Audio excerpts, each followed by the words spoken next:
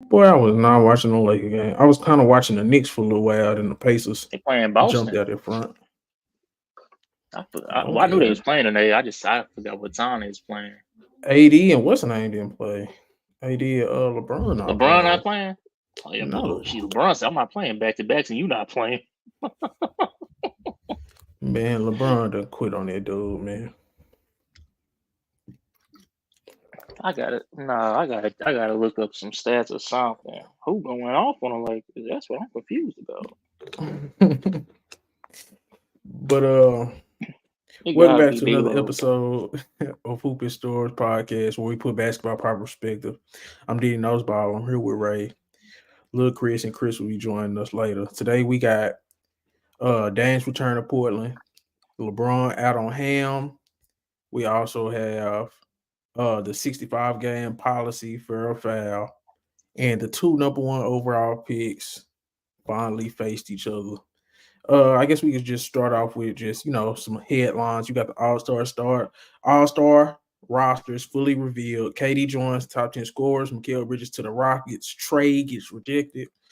Sixers fine for Embiid injury report violation. Darius Garland return. Randall out to 3 weeks. Grizzlies retire Gasol jersey. Where you want to start, Ray? We can talk about these All-Star reserves. All right, let me pull it up. You you got your snubs, or you need to see it first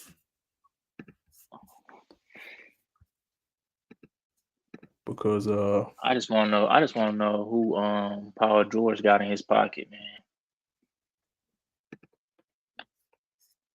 Kawhi Leonard let me too. see. Them dudes didn't know, Nah, Kawhi Leonard especially supposed to Paul be on there, bro. George. Paul George is not. No, because they both had some slumps that was just ugly. It was hideous at one point. No, Kawhi didn't have no slump. Even when they started He winning had no again, slump. hmm? Paul George had the slump. Kawhi just had low Kawhi. volume. Are you serious? He wasn't slumping, bro. Yes, when the season first started and Paul George was looking all right, Kawhi wasn't looking all that. Not on a he'll have a game here and there, but then they started losing. Who cares? You look good when you losing.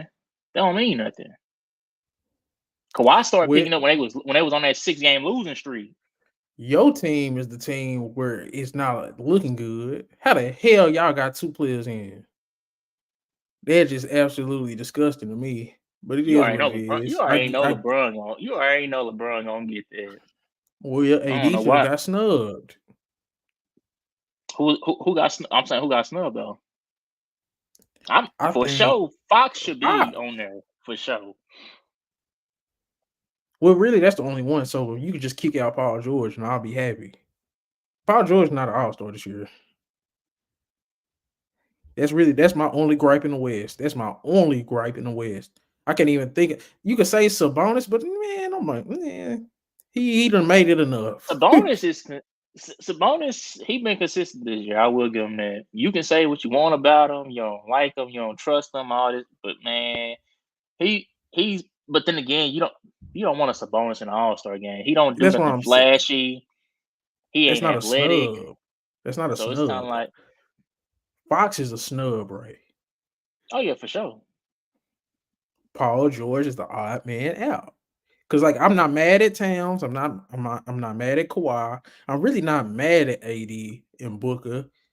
And it's just like Curry was gonna be in there.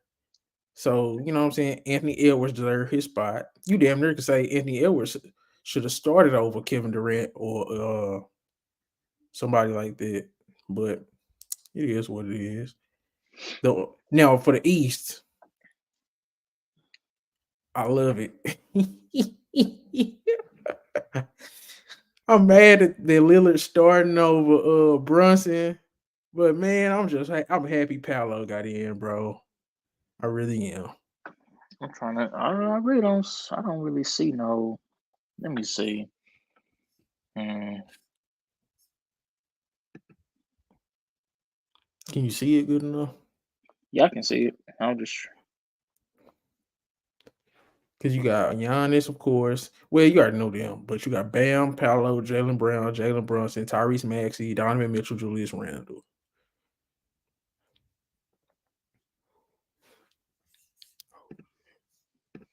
They saying Randall might not even be available for the All-Star game. What's good, Not RC? right now. Yeah, I already know who should he be Well, replaced KP, with. they saying KP might take his spot Put Scott. Well, or they Trey been winning. Young. But then, No, oh my, we gotta quit rewarding him. I love well, Trey no, Young. I'm We gotta saying, quit rewarding him, bro. I'm just saying, because when you think about All-Star voting, ain't that how they do it on the reserves, or do the coaches and stuff vote the reserves in I think if somebody's not available to play? the commissioner. So I think Oh, Silver will do it. so Silver go would you pick Trey Young. But you me, I think would go. do you think KP? Nah, Who would I'll you go go with? Scotty Barnes. Scotty Barnes. You know they ain't about to give it to no Scotty Barnes. I know, but I'm just saying.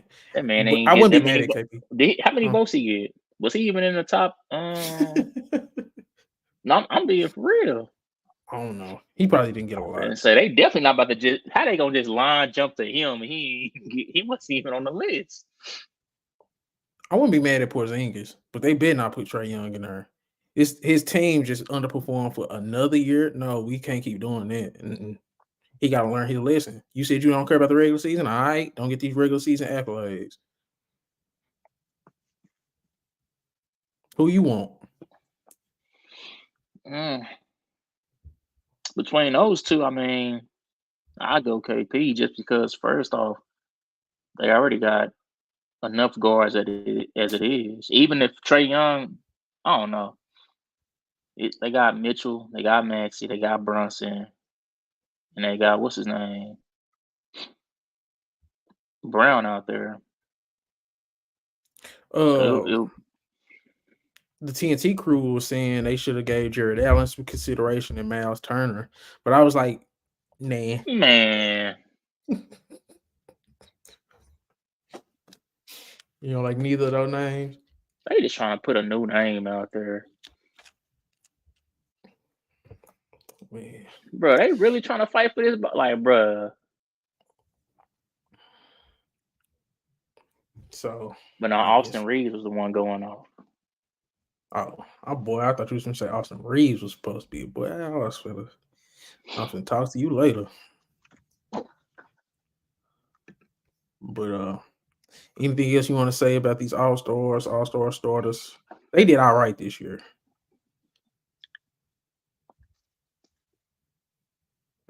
They did all right. At this point, this the only. I mean, this the only accolade Paul George gonna have at the end of the day, anyway. So he ain't getting no All NBA consideration. So he taking what he can get at this point. Did De'Aaron Fox get anything last year? Any accolade? I think did he not end up being an All Star? I don't know. When somebody get hurt or something, and he ended up maybe I might be wrong about that. Let me look it up real quick. Because I ain't gonna stun, bro. I just don't like seeing Paul George right there instead of De'Aaron Fox. But then you can also argue that the King started slipping. Yeah, he was a All-Star and All NBA last year. But you can argue the King started slipping, and so you can blame him. But I don't know, man. I guess we can move on to the next topic. What you want to tackle next? KD top 10 scorer, Mikal Bridges. We got Sixers fined for Embiid injury, and What Embiid was they tore his offering meniscus. for? What who offered what? Like, was the Nets trying to get a deal with the Rockets? Was the Rockets reached out or what? No, I heard the Rockets reached out. I told you they trying to get rid of Jalen Green, but I don't even think they tried to include Jalen Green. I think they just tried to include picks. Let me look up the trade for sure. Or Bridges. How would you like that fit if he did go over there? I don't think he fit with the Rockets. You don't think so? Not really. How come? I mean, I don't think it's the play style that really best suits Bridges, he's more of a knockdown shooter more so than I'm looking to create my own shot on a consistent basis offensively. And I don't think it's enough ball movement over there for him to flourish in that, like in the role that he is gonna best be suited it. Mm.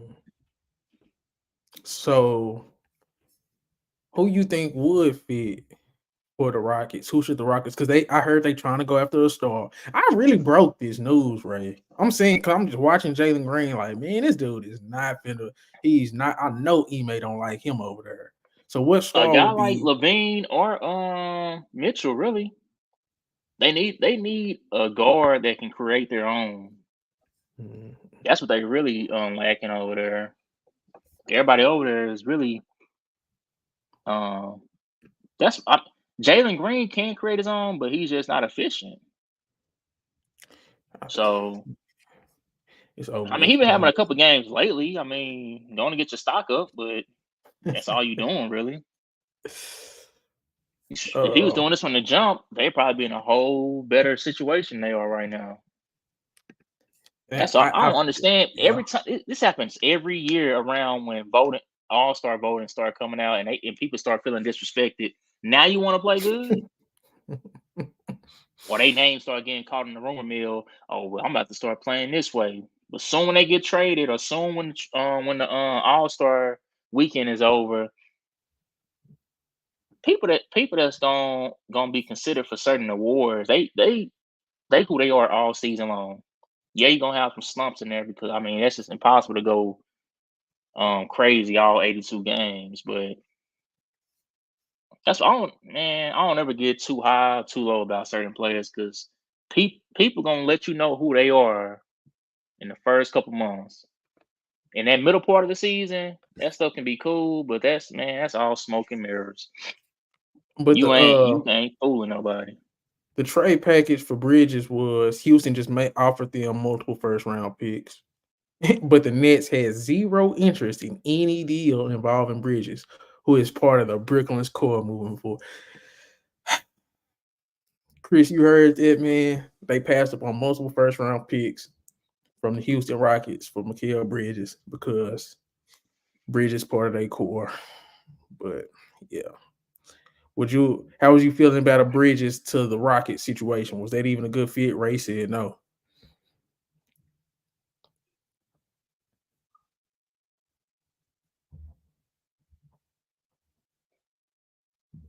You muted. No, I'm saying I wouldn't mind it, but I mean, and I ain't even trying to shit on a nigga, but why are they trying to hold on to that nigga Bridges so bad is what I want to know. I think just if they was trading, they could have got a better offer because it looked like they just offered picks. Like they didn't even seem like they offered no players, just picks. I But mean, I get it, considering they got all them picks off of that goddamn from shit Harden, KD, and Kyrie pushing their ass out. So I guess I get it. You want to try to get more players and at least some vets, but it's like you ain't really got no vets to get. I mean, who else on the Rockets?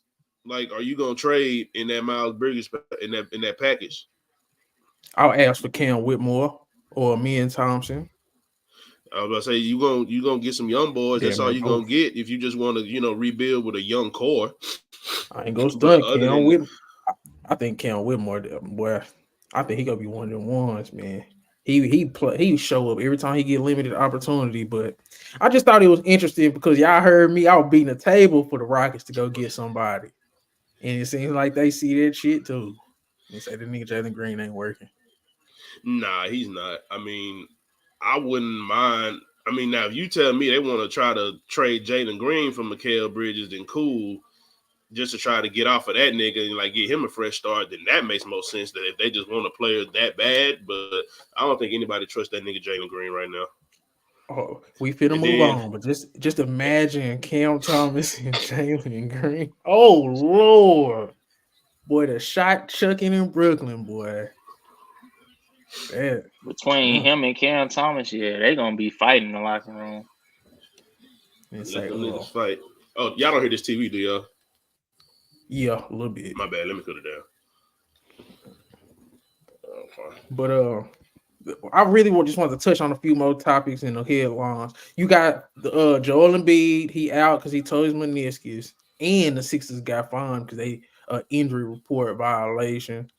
We Embiid, bro, Embiid, man, just can't get right, man. But I think they only be finding people because of the gambling shit, right? I don't know. There is a process to the injury thing. Now, I think they were supposed to say something like, now the only thing that was explained was the Embiid part of it. Like, but all them other niggas, that's the shit that wasn't explained. Because they said before that Denver game, he was out there in warm-ups trying to play. Like, he was trying to force himself to play. But the medical staff saying, nigga, you can't even jump. Like, you can't jump. You know what I'm saying? So it's like, bro, no, we're not gonna let you play. You know what I'm saying? So, but as far as like Tobias Harris and all the other and Maxey and all the other boys, I ain't heard no explanation as far as why they ain't play. So that's probably why they got hit with it. It just looked worse just because Joel Embiid was a part of it. You know, because because I ain't even listening to none of these stories about some of these players and complaining about this 65 game bullshit.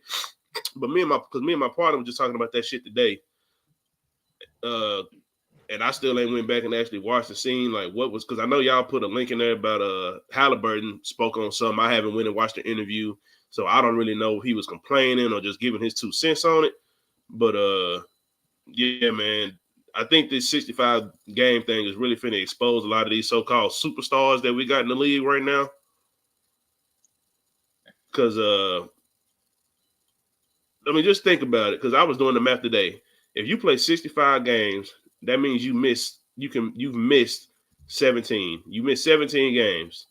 And if you play 65 games, you've played 80% of the season. I don't think that's too much for a nigga to ask for. But I'm not finna sit here and respect you if you're missing some of them games just because, oh, I don't want to play the second night of a back-to-back. I'm not gonna respect that shit. You know what I'm saying? Like, okay, we all know we in the time of load management. If it makes sense for you to sit out a game and you're doing that, okay, that's fine. I'm not finna go put my niggas out against the Pistons, the Spurs. You know, I mean, of course, the first Embiid game against the Spurs, yeah, because that's their first matchup. But the second one, I probably sit them. You know what I'm saying? Like, just it has to make sense of why I'm sitting you. But all that, you should be willing to. You should be willing to concede the accolades then. Because exactly, you should be willing to concede it, but it's like if you truly are just trying to pick and choose just when you're trying to rest, then that's because that's just the age of the NBA we in right now. Like niggas is resting. I mean, I don't like it, but we just got to accept where we are right now. But I don't like I don't want to play him on the second night of a back-to-back. I don't care about that goddamn excuse. Take your ass to work, man. Take your ass to work. Y'all worried about going to work for 2.5 hours back to back, and niggas got to work 8-hour days.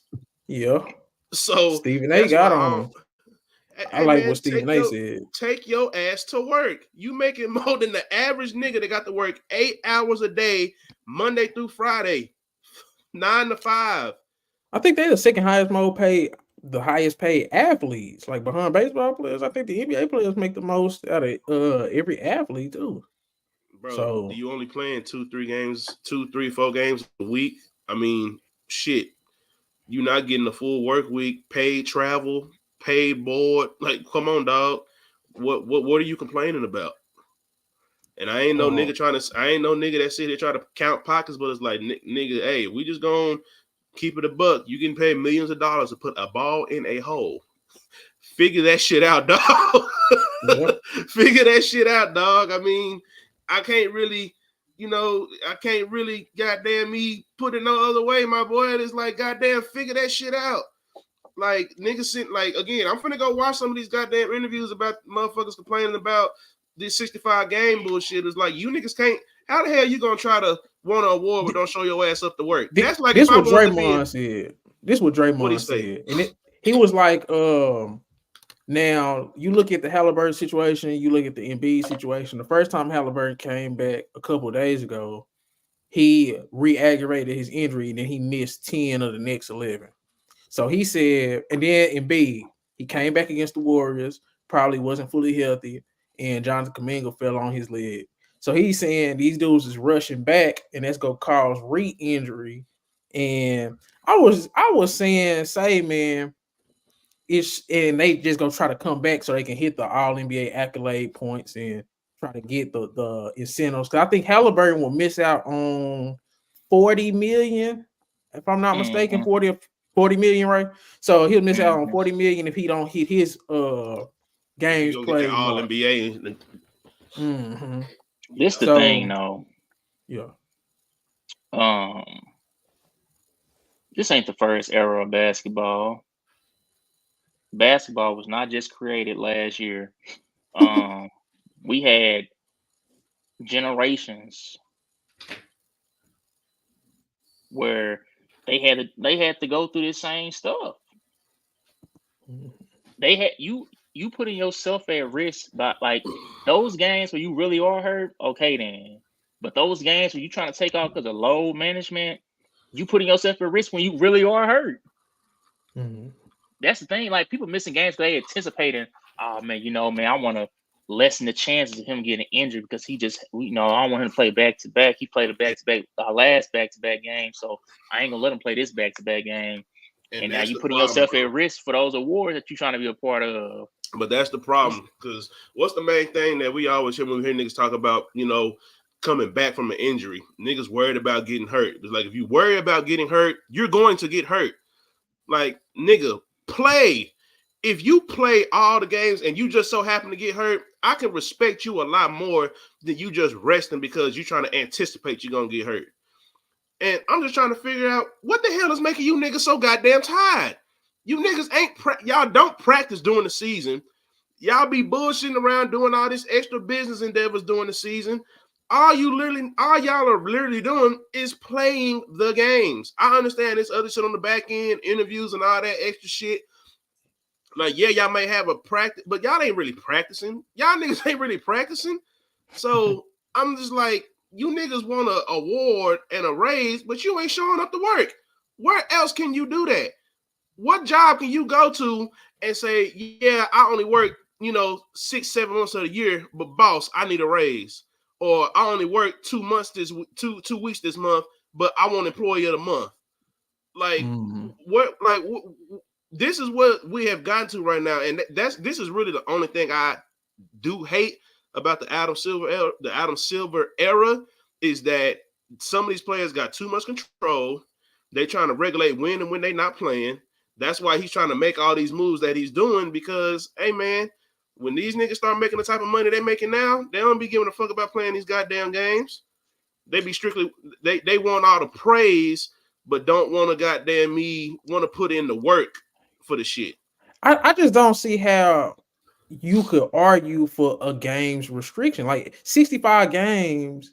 That's not bad. It's not bad. And if you don't play them, you don't play them. Now, I'm not even saying you can't sit out. I'm not saying you shouldn't sit out. But if you do, it just like you say, even if on a job, they say you have PTO hours, you can miss this amount of work. And it's just like that. You got a certain amount of games you can miss, or else you don't get your bonuses. Exactly. It's still gonna reflect on that bonus or whatever extra money you trying to get, nigga. If your ass ain't at work, then you not getting it. I don't even see what the fuss is about, to be honest. And how crazy is because the only thing if they really want to try to argue something is, if it gets to a point to where they games, well, no, it kind of goes hand in hand, and pretty much the amount of games they play affects their All NBA, and then that in turn affects their money. But in the same breath, is like just like you said, like I don't think Tyrese Halliburton's actually tried to sit out games. He's actually been hurt. But in the same breath, you niggas need to stop trying to rush back so fast. And you can't blame that rule on that. That's really what I'm getting to. You can't blame the rule on that. I'm trying to hurry up, get back so you can get your incentive because you hurt. Halliburton needs to do more more all-season lifting anyway. Yeah, and Just I to was keep about it. to, I'm and I being was honest. just about to say, what are you? I was just about to say, because I've been talking about this for a long time. I still want to go back and do it. I really want to look at just injury history by decade in the NBA and the NFL to see if there is a difference in how often these niggas are getting hurt now.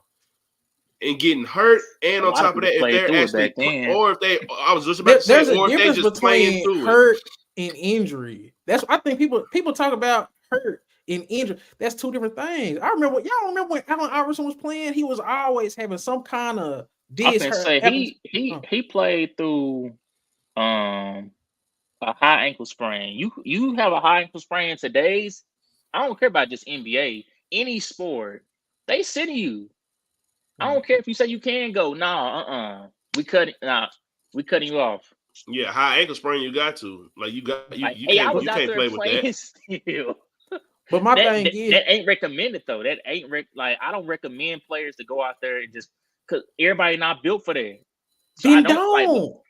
But Ray, that's my thing. Then don't complain when you can't get your incentive. You see what I'm saying? That's all I'm saying. Like, when you think about a player like Embiid, I can't blame him when he actually hurt. He's 7 feet, almost. Like, he got to be 300 pounds. If not, he close to it. That's hard to play on an injury when you, especially if it's on your leg. You already carrying a lot of weight. So I can understand, like, okay, yeah, I don't care how strong and big he is. His body's not built to play through stuff like that.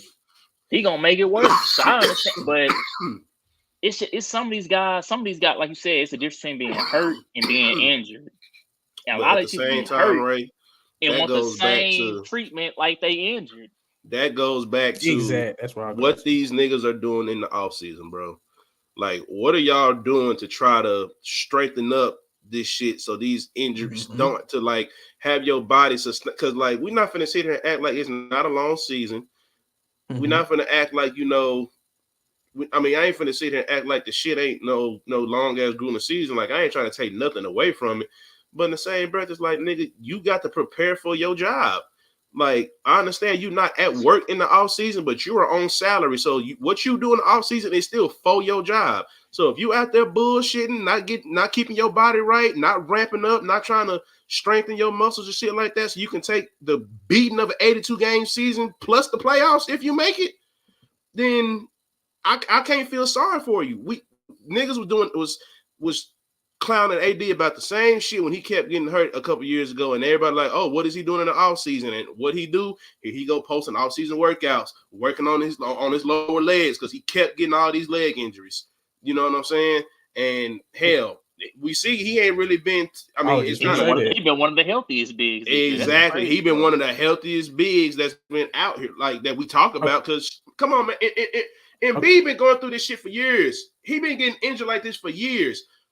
Tell me what is he? 2 years in the league. Tell me what has he done in the offseason to try to stay on the court? Because I think he's just too big. He just too big. He too big to be trying to do all that pump faking, and he fall too much. You can't be that big and falling that much. He's too big. This is my thing though. I understand he's big, but let's just say, because he's still a big ass motherfucker. His body's not built for that movement though. It's not. You can lose about 10 to 15 pounds, get some of them that weight off them legs, get you some cardio so you still got your energy, and you still gonna be one of the biggest goddamn centers in the league. Like, that's all I'm saying. Like, have you tried anything? Have you done anything? No. I think he make a lot of unnatural movements. What big? I get that, but what I'm saying is you can do stuff to your body to handle those unnatural movements. I think he's in great shape. I just think that I'm not saying he's not in shape. I'm not saying he's not in shape. I'm just saying he is still a large fucking human being. What I'm saying is that the nigga was to lose maybe about 10 to 15 pounds and get some of that weight off of his legs because it's all leg injuries. It's all lower body injuries. I ain't never seen, except when the nigga got hit in his goddamn face in the game he shouldn't have been playing in. But other than that, it's all been lower injuries. That's what I'm saying. Get some of that weight off your ass. you know, and then maybe you'll be able to handle that move, like do that, and then just do them goddamn stretches and them yoga, whatever the fuck these niggas be doing to try to make their joints and shit more elastic, and you ain't so goddamn stiff. Cause that nigga, he be moving, but he still be like a stiff ass smooth nigga. So that's all I'm saying. Move on in a second. I'm gonna read a couple of these comments because this is funny. It say KG said it best. I'm paraphrasing a bit, but they're great out there on the court. But let's see what you're doing. You rolling in the millions. Let's see if you take that same monster approach when you get that big contract. Oh, but yeah, man. It's gonna be interesting to see if they cave. That's my biggest thing before we move on. I want to see if the NBA gonna end up caving, which I think most likely is going to happen. So I did want to. This nigga said all season comes and they smoking nonstop, eating Burger King and McDonald's. That nigga dumb. I didn't see that one. Okay. But guess what though? They was doing all that shit back in the Gap. Hell, them niggas Matt and Steven Jackson used to tell all them stories. Hell, they was smoking in the middle of the season and they still wasn't missing games. I think Ray hit it on the head. He was like, "See, like a lot of people, they just not playing through a hurt anymore. They're injured and they're hurt, and they're not playing through neither. So it's like, But Dame's return to Portland. You know, we all know this was Dame's first time in Portland. And of course, they end up losing. Doc Rivers is now 0-2. Now, I wanted to ask you this, Chris. They 0-2 with Doc, and how much pressure is on the Bucks now? Because we've seen Adrian Griffin have them in the top 2 in the East, and you losing to the Blazers. You understand the Nuggets lost the game before the Blazers, but the Portland loss is kind of how we viewing the Bucks now. Then I got a question. I don't even know. I mean, I know it's gonna start off with how much pressure is on the Bucks, but I'm more looking at how much pressure is on this nigga Giannis. Because this nigga starting to act real devious to me, and I do not like that shit. He was one of them last real ones that was staying loyal, but then he started doing all that slick shit. Oh, well, I might want to leave if something don't get doing all that diva type shit, man. So it's like, all right, now, y'all done made all these damn moves, and you just can't sit here and convince me that these niggas done fired a coach. You saying you don't know about it, bro. You are the superstar max player that's done brought them a championship, and you finna try to tell me that you didn't know nothing? That's gonna be hard for me to believe the way that these niggas involve y'all motherfuckers and everything nowadays. So let's say this. Let's say they don't make it to a conference finals. Let's say I was just about to say, pressure wise, they got to make it to a conference finals. Like all this shit they've been doing, bro. Is like at this point, I can't settle for nothing less.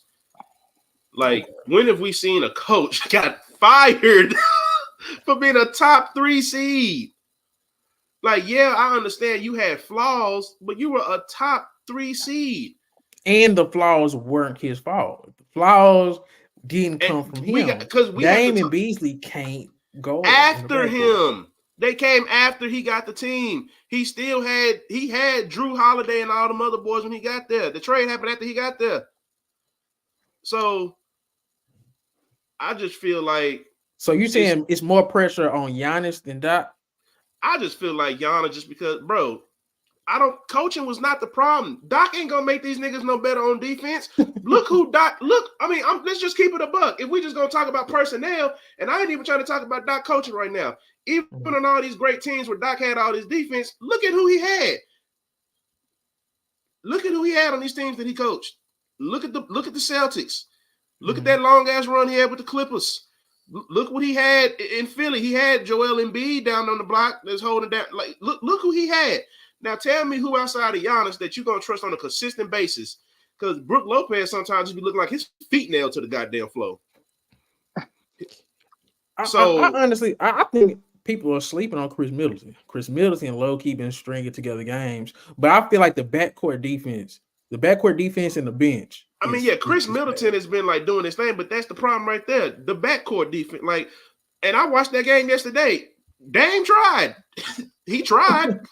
Like, he tried. Like, I can't even sit here and say he didn't try. He tried, but they just do not have a perimeter defense. Okay. They just don't have it, bro. Like, yeah, they got size in the paint, but shit. at some point, if you can't stop niggas at the 3-point line or they blowing by and getting to the paint, which them niggas was doing, because when I seen Simons hit that goddamn float, I threw my arms up, bro.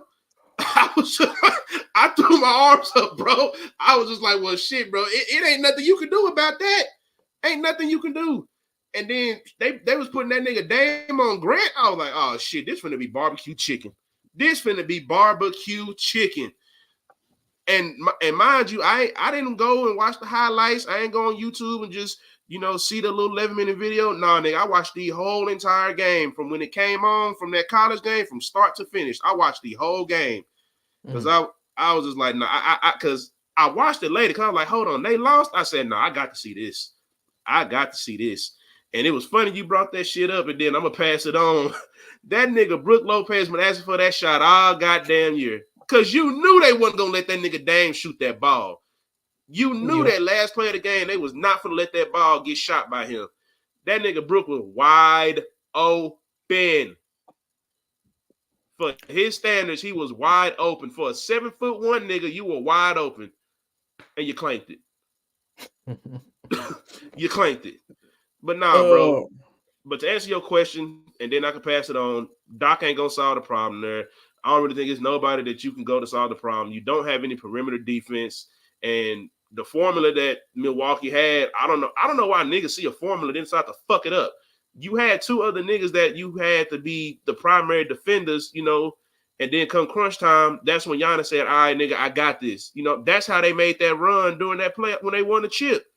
He didn't have to worry about always guarding the best player. You had Drew Holiday and you had PJ Tucker. Think about that damn the Nets series. Who was guarding KD the whole time? PJ. You really think Giannis would have been as effective if he got to worry about guarding the best player in KD and still giving what he had to give on offense? So that's all I'm saying. I think the formula was he needed two other defenders, a facilitator in Drew, and I just don't know why, some of these niggas see a formula and then just decide they want to blow it up. Like, we saw what worked for this nigga, man.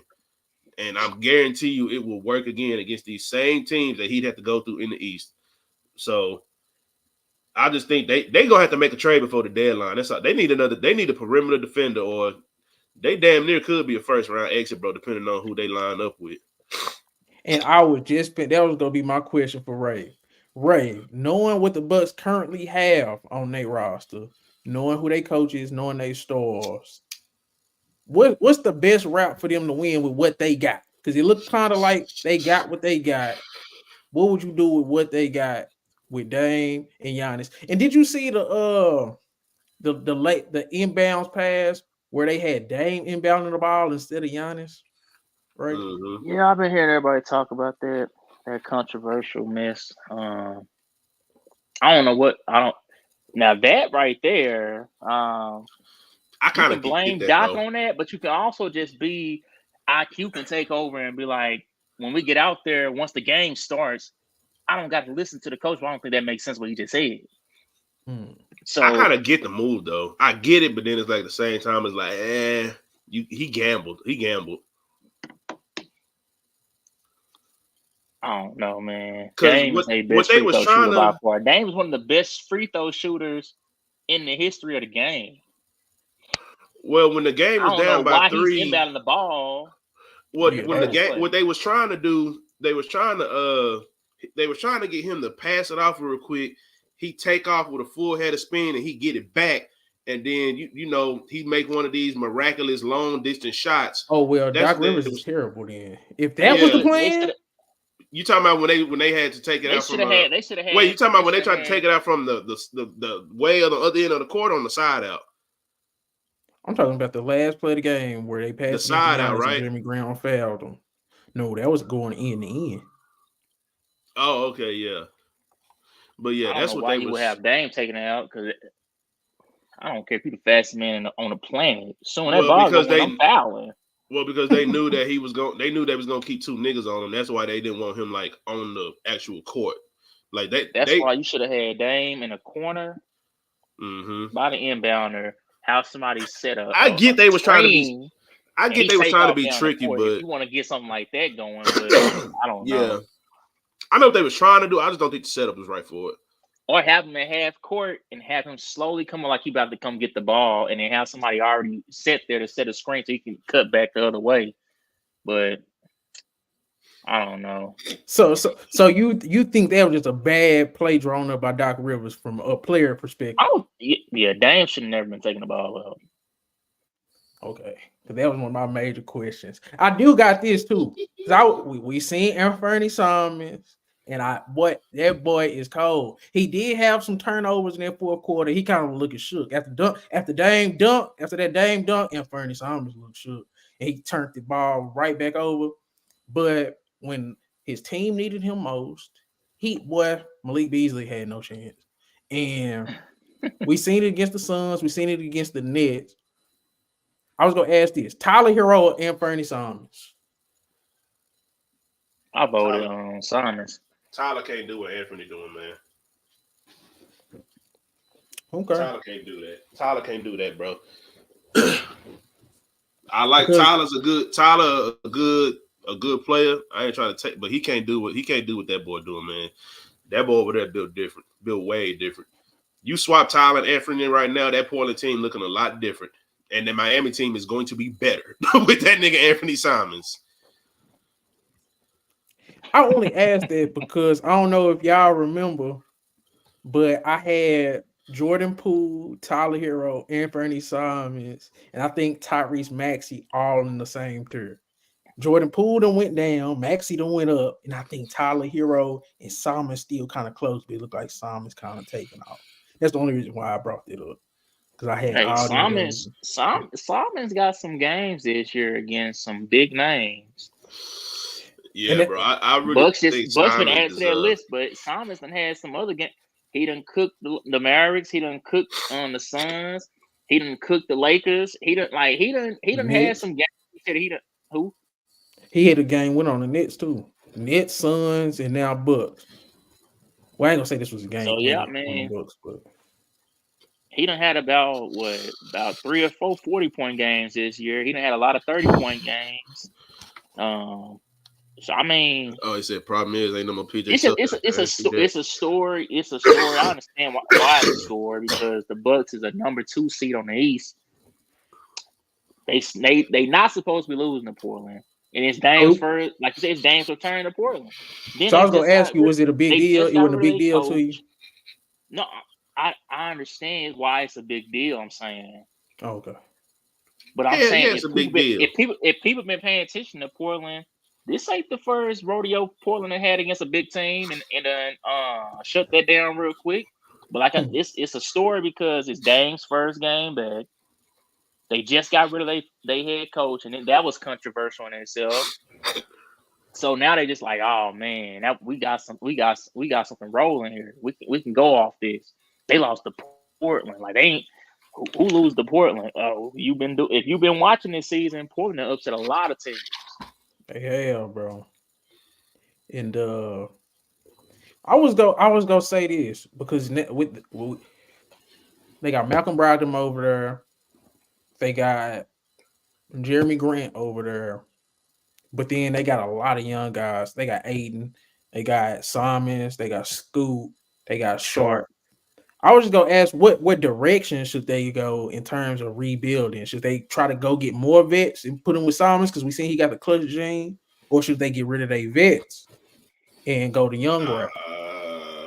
Which vets would you be talking about getting rid of though? Because if you decide to go young, you saying we go build around our guard trio and trade probably Grant and Brogdon for picks or younger guys, stuff like that. It's because Anthony's a 2 guard, ain't he? Yeah, he combo. I'd probably keep Brogdon and Grant around him, bro. Aiden is disgusting to me. I don't know. I don't understand it, bro. He had a good game, but it looked like he was kind of playing soft still, right? It was like, and that's the problem, bro. That's my problem with him. I'm like, I need him to go ahead and just get on mic and just like take back this dominating shit that he wanted to hit us with whenever this season started because nigga, that ain't been you, bro. You done had a couple of good games, bro, but you don't, nigga, get angry. Like, that's what I need to see from some of you niggas, like, for real. Like, I need to see some of you niggas get mad. Like, y'all niggas get out there and just had the same old blank-ass, bum-ass expression like, oh, I'm just happy to be here. Like, nah, nigga, if you're gonna sit there and, like, put that corny-ass name on your shit, bro, like, I need you to, like, actually put some niggas in a box. Like, stop playing so soft on these niggas. Like, he played like that against a lot of other teams, bro. He's gonna look bad. He just I think he gonna end up like I ain't even gonna say Andre Drummond. Andre Drummond play harder, but a top guy that used to everybody thought was gonna be a top guy. He gonna end up on He's the Greg Monroe. Yeah, he gonna end up like that. He gonna end up like a 7th or 8th man. I really see Ayton ending up a journeyman, 7th, 8th man off the bench. Everybody gonna be like, oh, y'all remember DeAndre Ayton? He on whoop de whoop now. I think he gonna end up one of them guys. I mean, so look, neither one of y'all see him as part of this rebuild. Neither one of y'all see him part of the Portland. DeAndre Ayton is gonna be. They gonna try to use DeAndre Ayton for whatever assets they can. They gonna hope that nigga can string together a couple of double doubles and get that nigga the fuck up out of there, dog. So keep Grant, keep Brogdon and look to trade Ayton. Yeah, bro. I just bring in what? You can find a big right now is low. You can find a big. His stock low, but you can up his stock. We done seen teams up dude stock. Yeah, I'm about to, you nigga. How we gonna do that with Ayton though? Man, you know how many plays they gonna call for that nigga? Yeah, he played good. He played pretty good yesterday. Ray, I guarantee. Why they really want to get that nigga stock up? Watch how many times he get the ball at. Ray, no, watch if they really want to get that nigga stock up. I bet you we could count. He gonna get the ball at the free throw line about 20 times for a pull up jumper. Get that nigga the ball right there about 10. Nigga, just pull up. Don't dribble. Don't think. Just shoot. Cause that's his shot. That's his spot. If I want to get nigga, believe me, the NBA is full. The NBA is full of politicking ass niggas, just like everybody else, dog. The NBA is full of politicking niggas just like everybody else. Hold on, Chris. You said what? How much have you watched of Portland this year? I've just seen quite a few games. How do Ayton be looking on the daily? He's not aggressive, but I feel like you can run plays for him and kind of just feature him. You can see him in the in-season tournament when he was setting screens and he wasn't like it was some of the worst. I seen people. Oh, you talking about they said they was calling that nigga Kendrick Perkins? Bruh, like I don't like. They said I'm starting to question I'm starting to question what his skill set is because when I see him play, I'm like, bruh, I thought he was. I've been lying to myself saying he was better than this. Oh no, Ray. This is the thing. This is the thing. A lot of players are really better than what they put out there on the court, bro. They just gotta want to display it, and they gotta want it. Y'all keep on using the word aggression.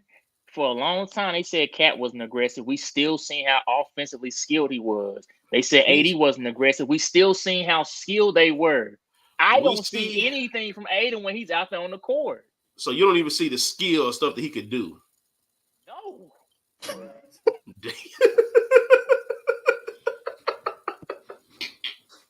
Like I really be confused. I'm like, when he came out and said like he said he came out and gave himself a nickname. That was the first strike. You don't coin yourself like if you're gonna make yourself your own nickname, you better be a bad boy. He ain't never displayed to us that he was that. Like, how you gonna come out and say your nickname is dominating? Like, come on now. You should have found another word to go with your last name because you've never been dominant in your whole career. And the crazy thing is, if he was good, dominating would be a crazy nickname. Like he was actually a dominant player, it would be crazy, bro. Like when you think about certain nicknames that just go with people like the Diesel, it's like, yeah, that fits Shaq.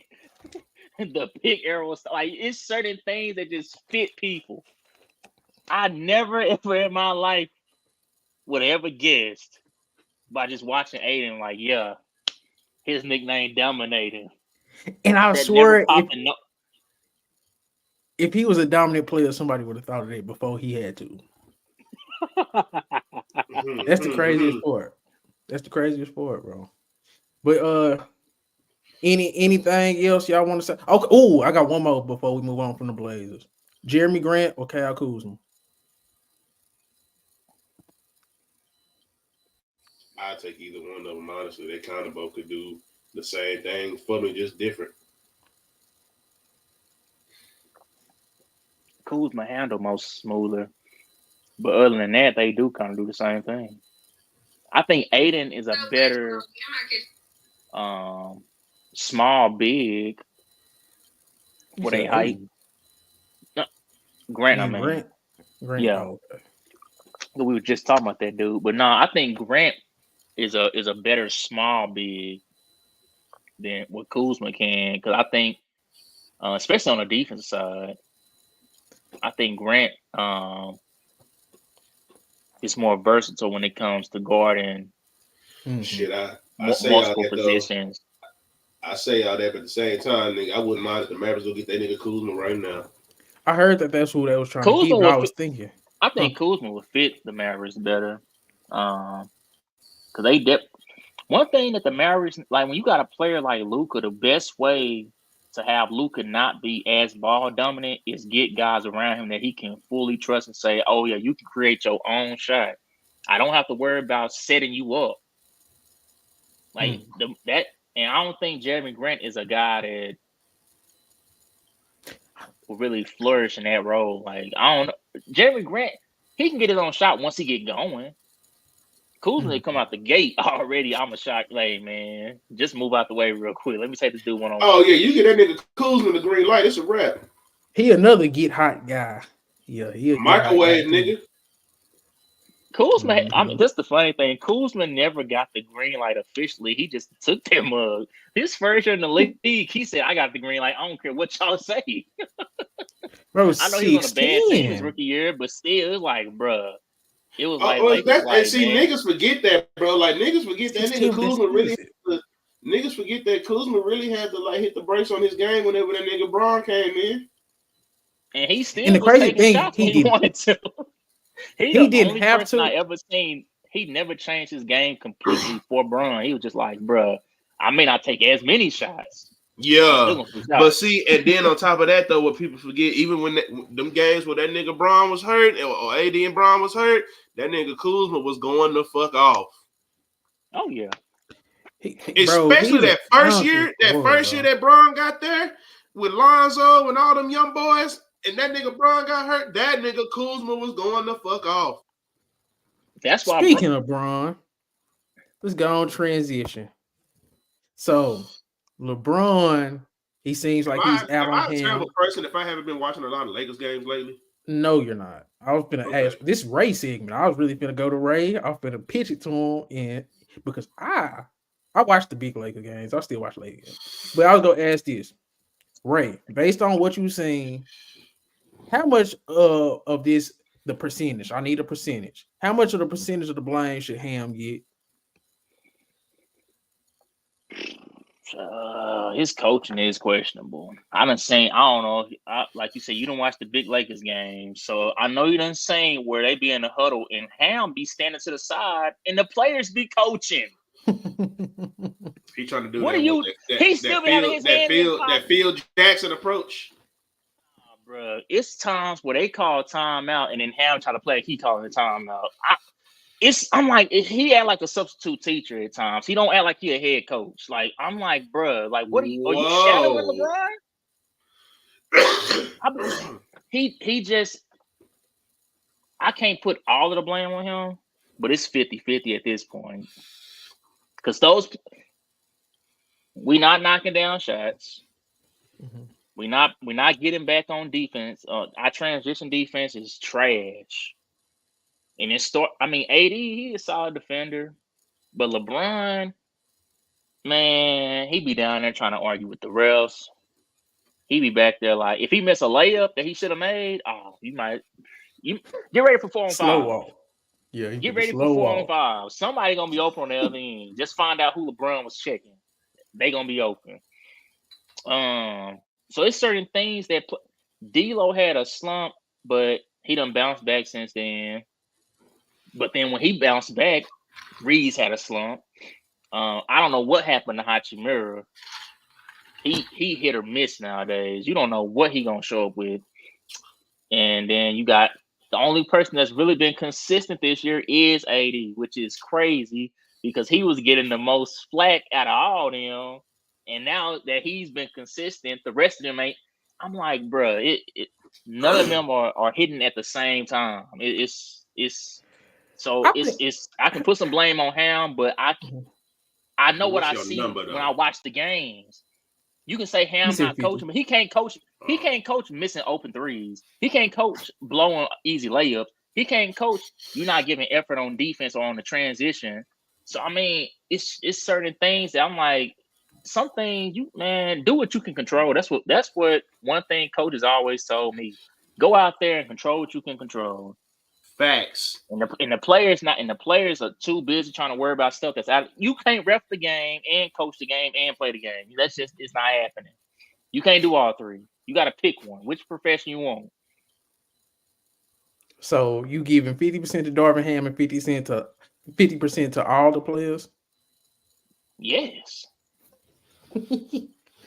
Okay, so do you think they go move on for Darvin Ham this year?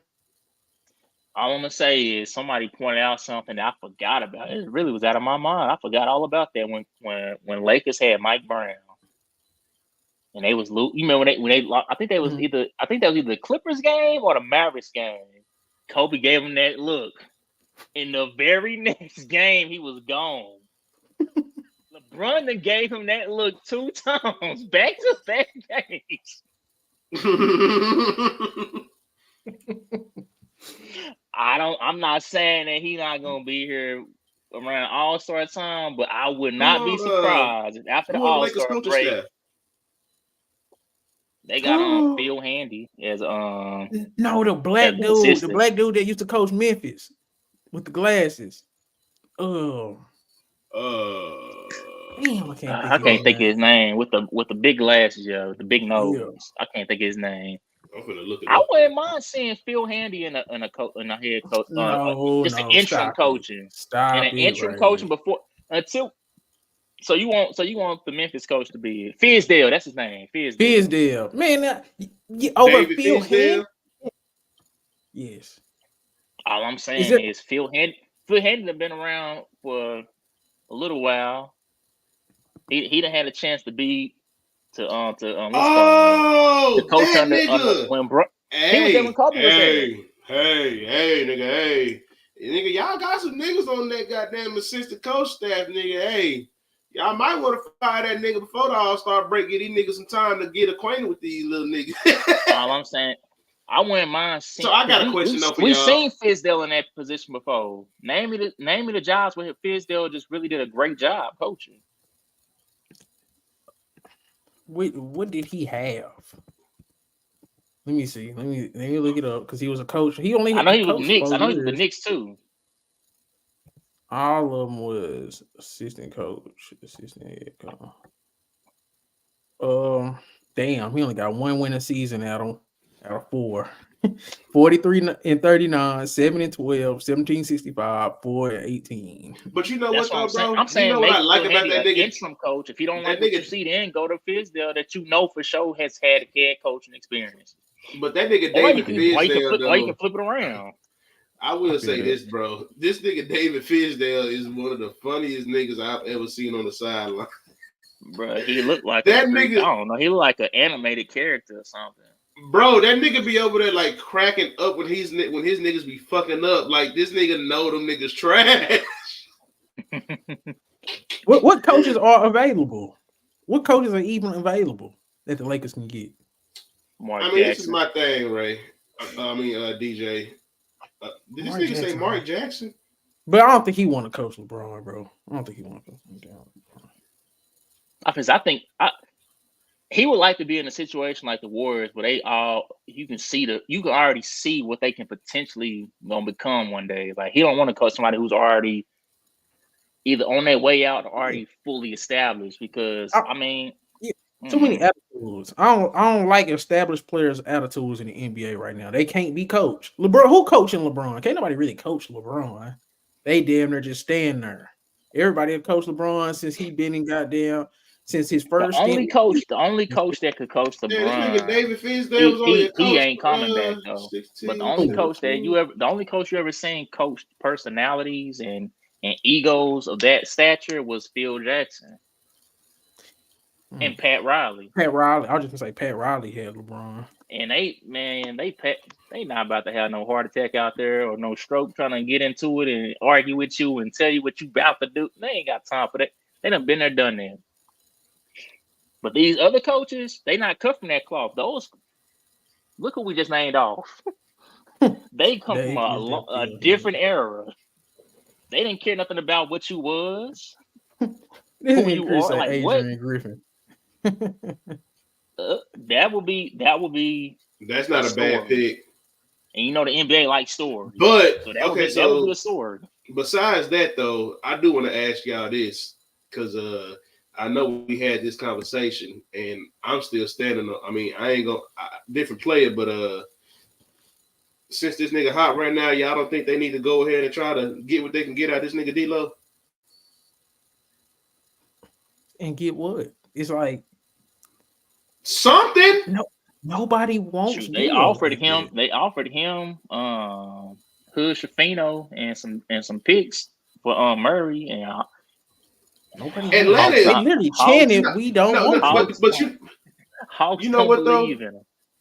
Atlanta don't know what they want to do because first of all, I don't think they believe that D'Lo can replace what DeJounte Murray was giving them. Mm-hmm. But at the same time, I really do feel like he could if he's not your primary ball handler. If you got Trae Young as your one and D'Lo as your two, to where I ain't got to worry about D'Lo making decisions. That's worse in the backcourt in terms of defense than goddamn what you got in Milwaukee. In the offense, I was just about to say. Now your defense is going to suffer, but I'm not saying that you couldn't get out of D'Lo what you was getting out of DeJounte Murray offensively, but the defense is going to be absolutely ass.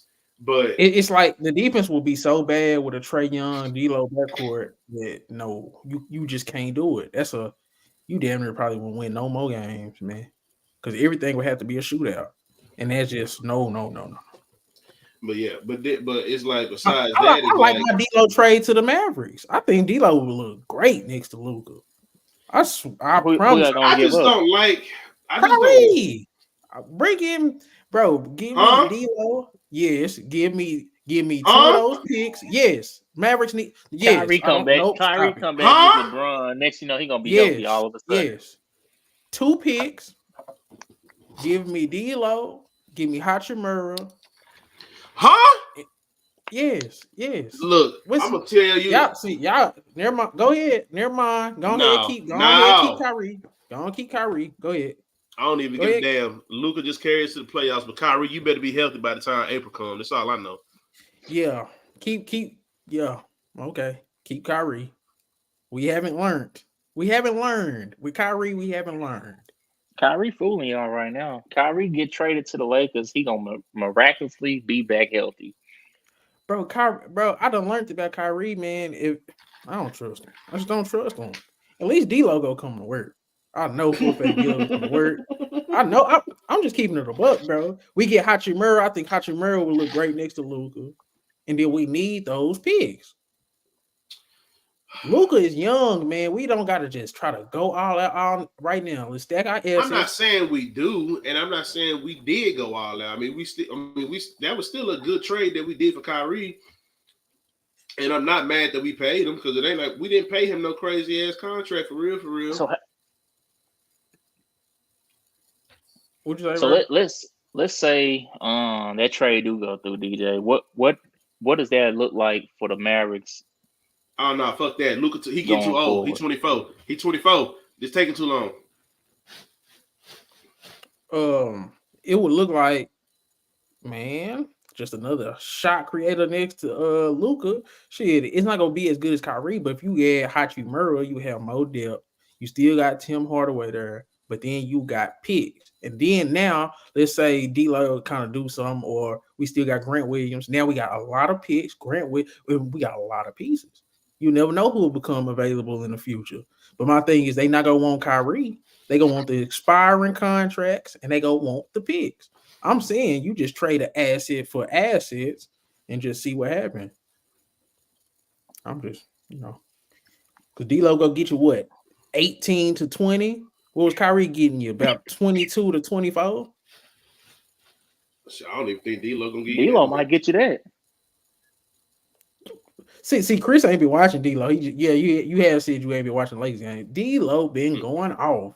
I heard him been going off lately. But the games I was watching, I just didn't see it. He got it in him too. My thing. I know. Bro. I'm like, we know what this nigga D-Lo could do, bro. It's just, nigga, ever since that good run he had in Brooklyn, I ain't seen that D-Lo since. Right now. Literally right now. And then shit, what is D-Lo, right? He about our age, about 27, 28? Yeah. He our age. Man. Shit. And then he got the games where he go age gracefully because he never could jump. Even coming out of high school, he can jump. So he know how to play on the ground. He gonna be able to play at older age. So man, give me D-Lo, man. And then if he don't work out, but he getting stats, we can trade him in the picks. And then we got Hachimura, Grant Williams. I do just be trying to figure out though, like why the hell Kyrie be getting hurt so goddamn much. Well, this year wasn't his fault. It was the White Powell fault. Cut the White Powell, and then once we get in more dudes, yeah, they White Powell. That's the ugliest injury I've ever seen from a fellow teammate. I'm like, what was you even doing in this play? He just wanted to be involved in the play, I guess. The play was over. I'm like, what are you doing? He's just a goof. Dwight Powell literally is. Yeah, because he still hurt from when Powell fell on his ass, right? I think he came back. He came back eventually, but I think that stuff still really is bothering him. Yeah. Dude, only like $150. And then Dwight Powell. God damn, I ain't gonna lie, nigga. I can admit when I'm wrong. I ain't saying I beat the table. I was like, nah, man, I like Dwight Powell. Like I like his energy. He tried, but it's like first game I seen him, I said, get him out of here. This dude is not an NBA level player, bro. I just don't. And then what's crazy is, bro, like this. Y'all, because y'all going crazy behind Giannis, brother. There's a lot of people other than Giannis, brother, that should not be. No, nigga, no. But nigga, that nigga Giannis, brother, a whole nother breed, nigga. That nigga right there is disgusting. We could talk about. You seen that move Giannis brother did, and they called a carry on him or travel. I ain't never seen the White Powell even do anything close to something that skillful. That's fine. That is fine. But guess what? Man, hold on. Teammates do that move all the time. They ain't never called nothing. Man, whenever I seen that nigga Giannis brother jump up and flex up like he's about to do something, they like, nigga, sit your ass down. Nigga sitting there acting like somebody got to hold his ass back. Like, man, sit your big ass down. He might not be a hooper, but hey, he big. He might got them hands. I doubt it, but he big. No, he too goofy. But he big though. He gonna hit you hard. I'll clothesline the shit out that nigga. Okay, I did want to get y'all opinion on these because the NBA trade deadline is approaching, and ESPN had some trades, and I had got them for y'all, and I just kind of want to get y'all opinion on them. I feel like I saw this, but I couldn't find it again. You know how like when you go on Instagram and you see a post and you just cannot find that motherfucker again? So that boy forgot to put that boy spelled deadline DEALINE.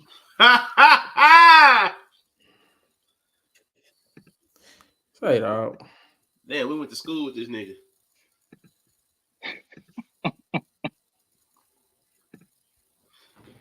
Let's see. DeJounte Murray. This is the Lakers and the Hawks trade. This is exactly what you will be getting. It's going to be a Cam Thomas nightmare if they get it. It's a 3-team trade. Yep. The Lakers get DeJounte Murray. Hawks get Spencer Dinwiddie. 2020-29. Shit, I said that's going to be, no. D'Angelo Russell going to be a Cam Thomas stopper. They gonna send him back to the Nets?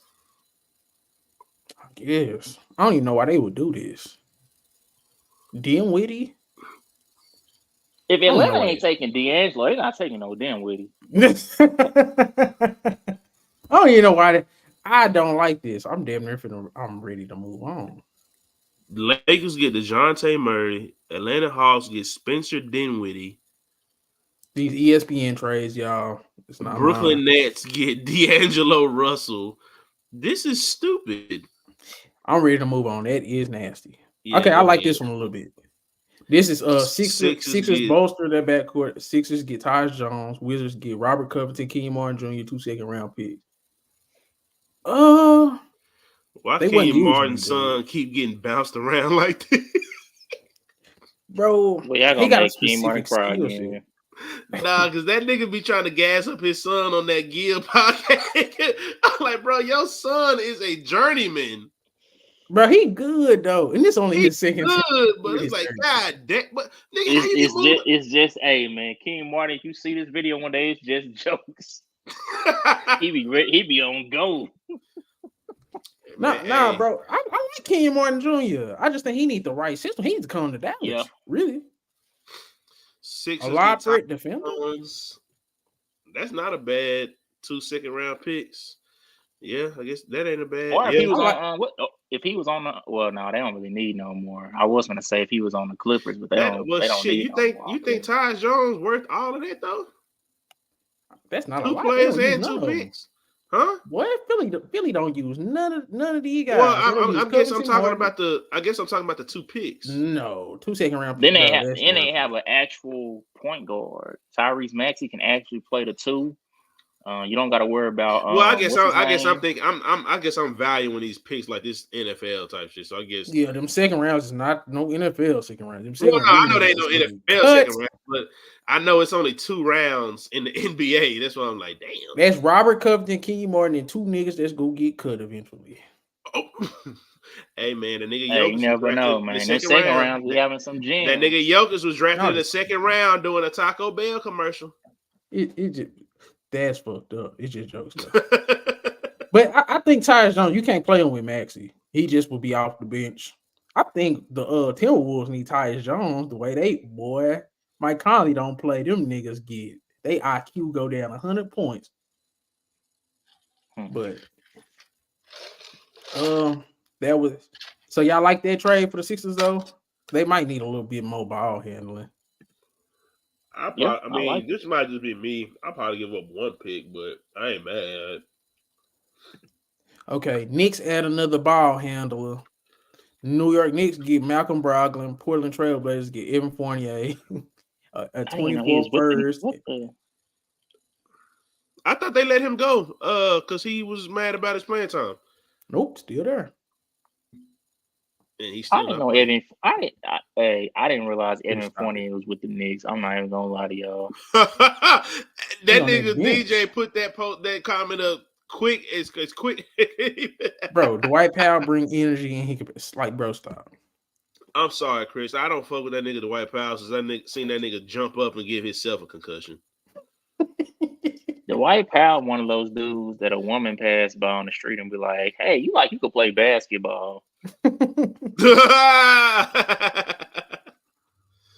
Hey, that's funny as hell. So how we feel about this trade? Brogdon on the Knicks, they need it, but then it's like I think they. So he's gonna be a bench player though, right? He's gonna run the second unit. Yeah, I think they need somebody like Bones Highland or Trey Mann from OKC. They need a nigga that's strictly bucket though. He not strictly buckets. He not strictly buckets like Trey Mann. I mean, because he got. I mean, well, yeah. But the thing is, with that, they one dimensional. They not looking. They can get carried away, is what I'm saying.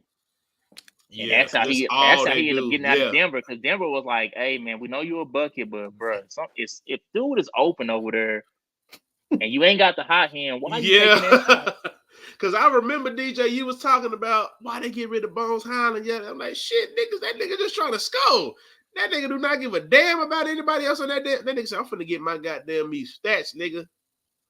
Which I get it. He is a bucket, but Denver is one of them. You have to be a system player.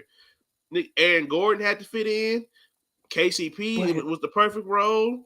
And what do Denver need now? Somebody that can get buckets on that damn bench. Well, yeah, now. I mean, they got Reggie Jackson. Man, bro. Oh my goodness, Reggie Jackson can't do, bro. No, stop it. Okay, don't act like we ain't seen Reggie Jackson cook, bro. Seen this season, he's not doing it. He has him. He had that one game against the Clippers, bro. Stop. Oh shit. He had that one game against the Clippers. Reggie Jackson ain't did nothing all year, man. But Malcolm Brogdon to the Knicks, it's cool, but I think they need even more scoring than that. God was better than Scoot, because I don't know what the fuck that is. Scoot got going on, but I'm still upset at that. Scoot just needs to scoot on around. Oh, I like we got one. We got another one. Damn, I don't click off of it. We got the Raptors continue to tear down.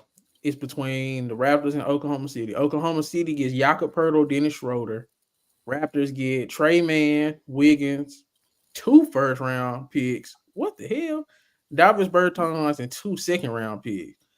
2 first-round picks for Jakob Poeltl and Dennis, bro. Let me get back to my computer. Out the goddamn minds with these trades. Let me see. Let me get back to my computer. OKC get Jakob Poeltl, Dennis Schroeder. Raptors get Davis Bertans. Okay. Who the fuck is that second nigga? Poku. I know you wasn't gonna try to say his name. Trey Mann. Trey Mann, Aaron Wiggins. Huh? That's what I said. 2 first-round picks. Damn. And 2 second-round picks for Jakob Poeltl and Dennis Schroeder. Take them 2 first-round picks off, and we got a deal. Nigga, take them 2 second-round picks off too, and we got a deal. All the picks, take them off. Take all the picks off. Absolutely not. Jakob Poeltl and Dennis Schroeder. No, we can do these players for players. ESPN need to go on sitting that bag. Y'all just blowing money on stuff. Go on sitting it this way, because y'all tripping. And see, I didn't hear you say the first name because I was walking to the front. I thought you was like, I don't know why. I thought you were talking about the other Wiggins. I was like, oh, okay. But then I was like, hold on, who? I thought you were talking about Aaron. Like, who? Oh, Aaron. I said, who? And they give it up. I think Trey Man, free Trey Man. Oklahoma City just got so many goals. Let me tell you something. Hey, let me tell you something right now. I don't know if this is something real that's actually out there, but if Toronto pull this off, no Vaseline.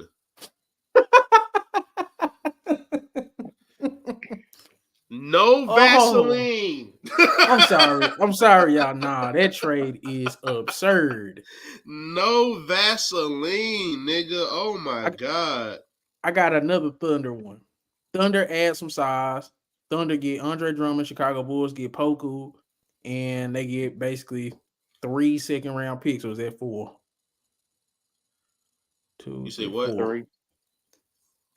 Because they get 2 second-round picks from. What the hell? Okay, 7 and 1. Yeah, you're right. Wait. Why is OKC trying to get them to come off the bench, or what are they doing?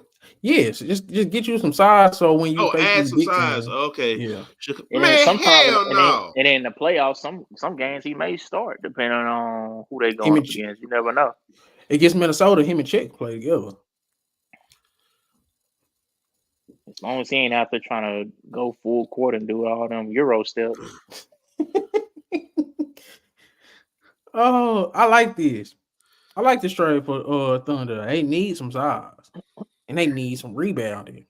I wish the Mavericks were trying to make a trade for Andre Drummond, but I've just been talking about that shit for years. But everybody been calling me crazy. Man, Andre Drummond is only 30 years old. I don't know why people act like this dude just goddamn 40 or something like that. That nigga just turned 30. Look and move like it. Bro, no, he don't. He move good, bro. He's huge.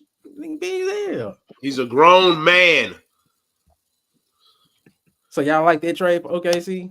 Because I got another. Yeah, I like it because, like you said, like that could really be like a whole like how Minnesota be doing like Cat and Gobert. Of course, I'm not trying to compare the two, but if you just talking about you want some size out there, if you got to play, like if you had to play against a Minnesota, you know what I'm saying, or if you had to play against a team with some size, like if I had to play a Bucks team that had a Giannis at the 4 and a Brook Lopez at the 5, like I would definitely throw Drummond and Chet out there at the same time. Because I know Drummond has the size to handle, a big ass nigga like goddamn me, Brook Lopez, something like that. Because I mean, Chet, he tall, but that's it. He tall. He ain't got no body on him.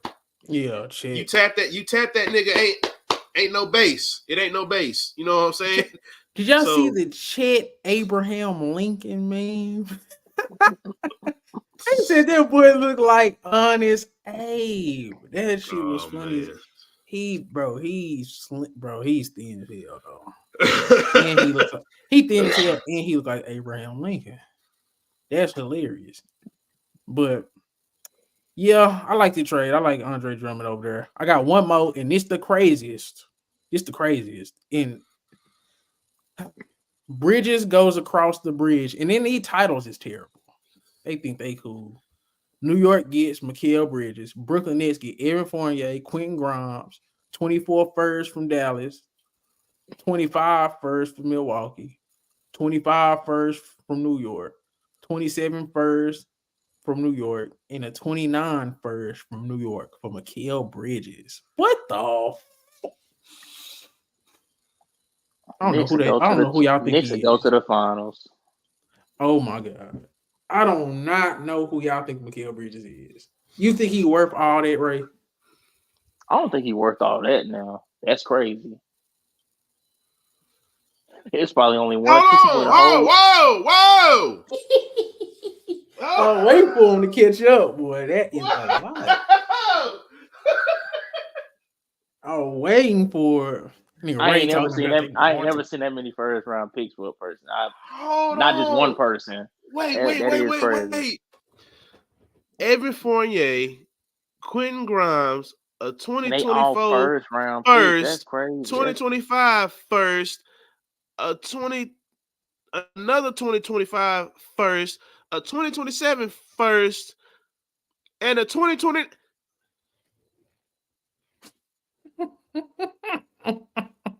That's 5 first, man. 5 first round picks and for Mikal Bridges? For Mikal Bridges, y'all. ESPN Plus, only $7.99 a month. This what they putting on there. Anybody that's paying for that shit need to get their goddamn money back, bro. I be paying for it for the fights. I ain't gonna lie. In high school basketball. If you pay for it if you are paying for it to look at they NBA shit, come see me, dog. I got some boxing gloves in the garage. Because if anybody trying to tell me that they live and die by this ESPN shit, you got to come see me. This was a bad article, bro. I didn't like. Hold on, who wrote this? I need names. I need names. Oh, let me find out who wrote this article. Please find this shit. I need names because we got, bro. We have after this shit tonight. We gonna start all them cuts. They ain't cut him. All right. Ray, say it one more time. Sound like they cut the wrong niggas. Nigga, ever since Jalen Rose left, nigga, I don't see nobody on ESPN with a crispy ass edge up. Oh, it's a multitude of people. So which one do y'all want to like? They got who do y'all want to see who made which trade? Y'all want to? I want to see this one first. I want to see who made this trade? Okay, I got this. I'm finna Google that nigga right now. Okay, let me see who did this Knicks trade. Let me keep going. Let me go there. Look at that bridge goes across the bridge. Bobby Marks. Bobby Marks did this? This why he ain't no damn GM no more. Bobby Marks did this, bro? Yes, Bobby Marks. Bobby Marks. So you're telling me somebody that used to be a GM would have gave 5 first-round picks?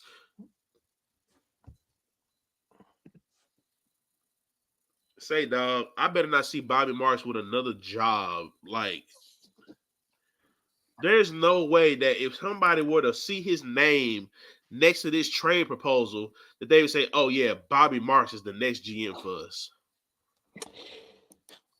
Man, that boy trying to give up. How many picks is this? This was 5 one, and 2 two, players. 5 first-round picks. 5 first-round. Mikal Bridges. DJ, what? Why do I not see 1 second-round pick? It's Mikal Bridges, bro. Gotta make sure. That's what I'm saying. Gotta make sure you get them, bro. Let Ray tell it. I was about you a hoe. I already knew you was bitch. This is crazy. Even Ray said this was crazy, though. That is crazy. Bobby Marks, come on, dog. But no, I got it. One thing I did like about it though is if Bridges did go to the Knicks, that'd be a nice squad. That's fine, but 5 go first get round Donovan picks? Mitchell. I don't know. I don't like Bridges. like Go this get Mitchell deal for this. I don't like this deal for them to get that. But I'm just saying if he was Ray, I to go feel to the you, Knicks, nigga. I mean, DJ, I feel you, nigga. If you're gonna do a trade like this is a Donovan Mitchell type of trade. This is not a Mikal Bridges type of trade. And even with Donovan Mitchell, 2 of them first round picks is gonna become seconds. I can't say it's when you think about every era of basketball, it's maybe only 2 to 3 people that's worth 5 first round picks. That's what I was about to say. And they a lone wolf coming over there. Ain't nothing else you get in just that one person. Two of them first round picks ain't that guy that's worth 5 first. Nigga. Trade Mikal, take Mikal Bridges' name out and put Donovan Mitchell. Keep everything else the same. Just trade 2 of those first round picks and make them second round picks. And I will do this trade. If Cleveland never seen this post and just seen 3 first rounds, they'd take that. Yeah. Yeah. Is this the last one you got? Yeah, this was the last one. They nasty for that, dog. You should. Yeah, I don't know. I don't know what they was thinking about that one. But see, now I remember that shit. Now I just couldn't find it again. I seen that motherfucker. Now that I seen the Mikal Bridges thing, my memory is starting to come back because this the one I couldn't find because I had just woke up. Misvalue Bridges too much. They do. I don't know why. I don't know what kind of cornerstone. No offense to him. Hey man, if Nets ever get a solid team, y'all gonna see what I see in Bridges, man. That's all I'm saying. If they get a solid team, he's getting demoted.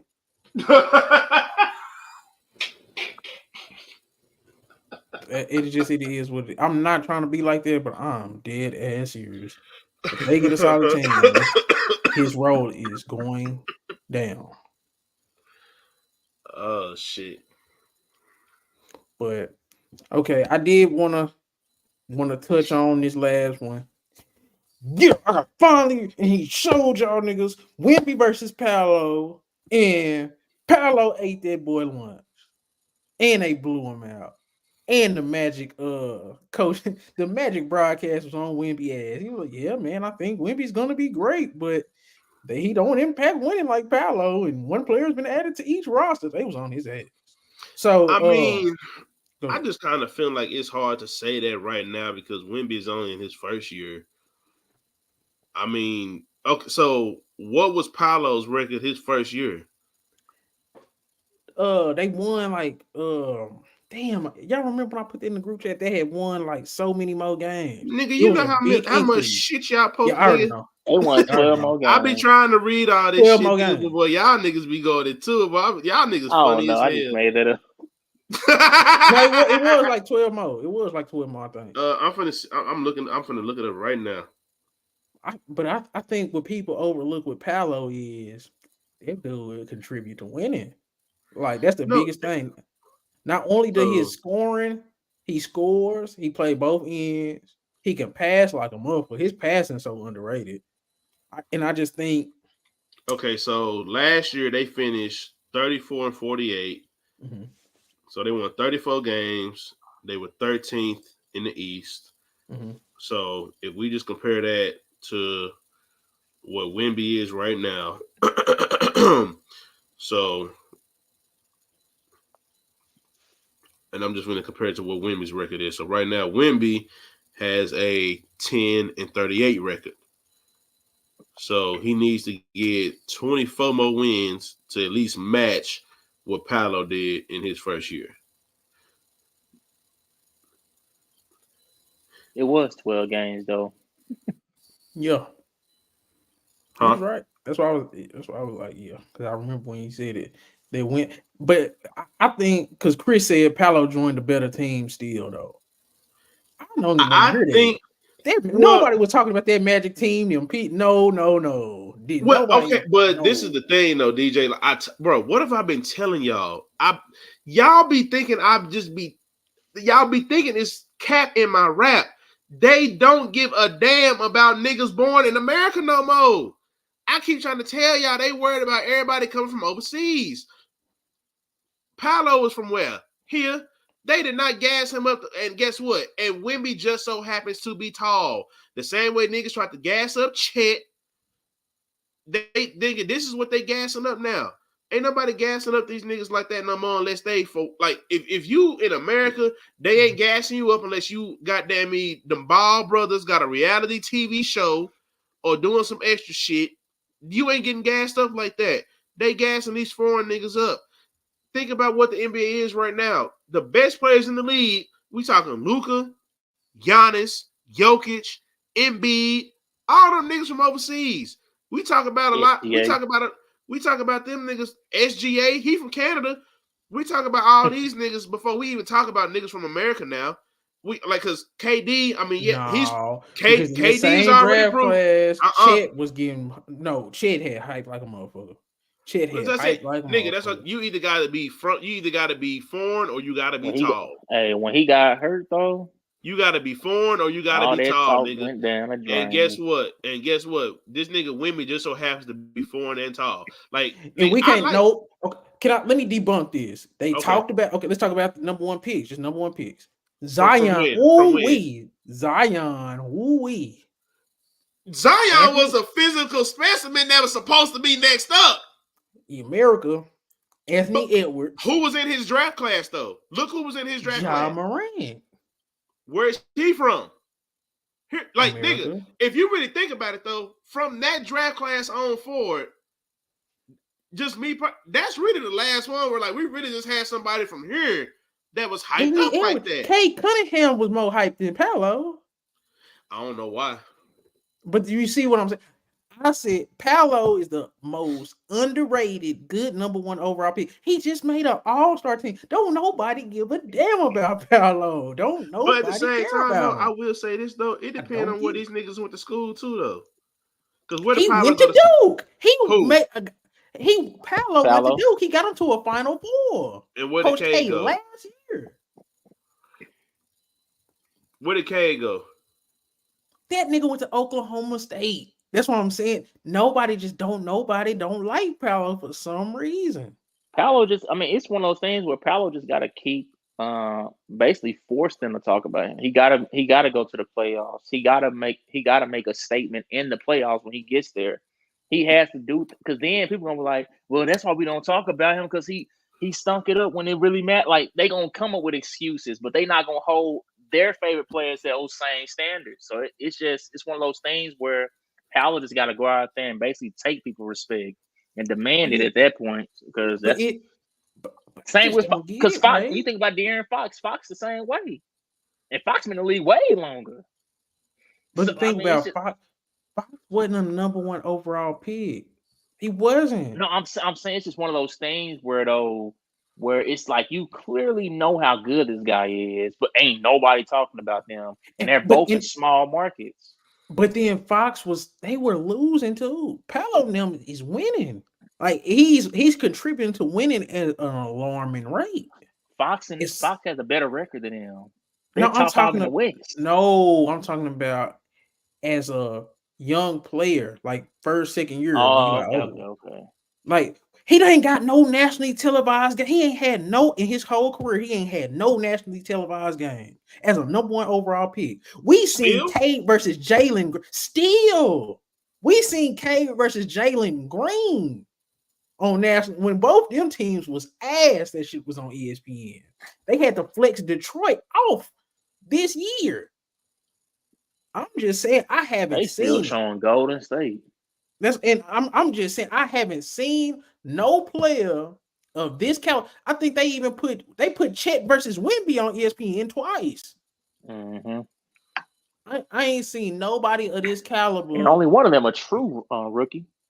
And that's what I'm saying. And then y'all heard all the hype between Chet and Wemby. Did y'all hear anything about Wemby versus Paolo? Nope. Mm-mm. And that's all I'm saying. That is crazy. He's better than both of them right now. And it is what it is. It's and they're not close. winning. So it's like, I don't know. I just think it's crazy. And I just go keep pushing my boy Paolo because to win at Duke, to get to a Final Four at Duke, Coach K last year, that was very impressive to me. I think he's slowly going into a direction of getting recognized, because for him not to have no nationally televised games and he's still voting in as an all-star, that right there lets me know that they watching. The coaches, somebody watching. The coaches, that because I heard I was listening to the Magic broadcast and they was like, man, I don't know what's going on. He said, man, the coaches go vote him in. Like they damn near was saying it like it was a fact. But I just love his game and I love how he plays on both ends. I love how he can already Jason Tatum, Joel Embiid, Ingram, they all struggled passing. They couldn't handle double teams. That boy can already pass out of double teams.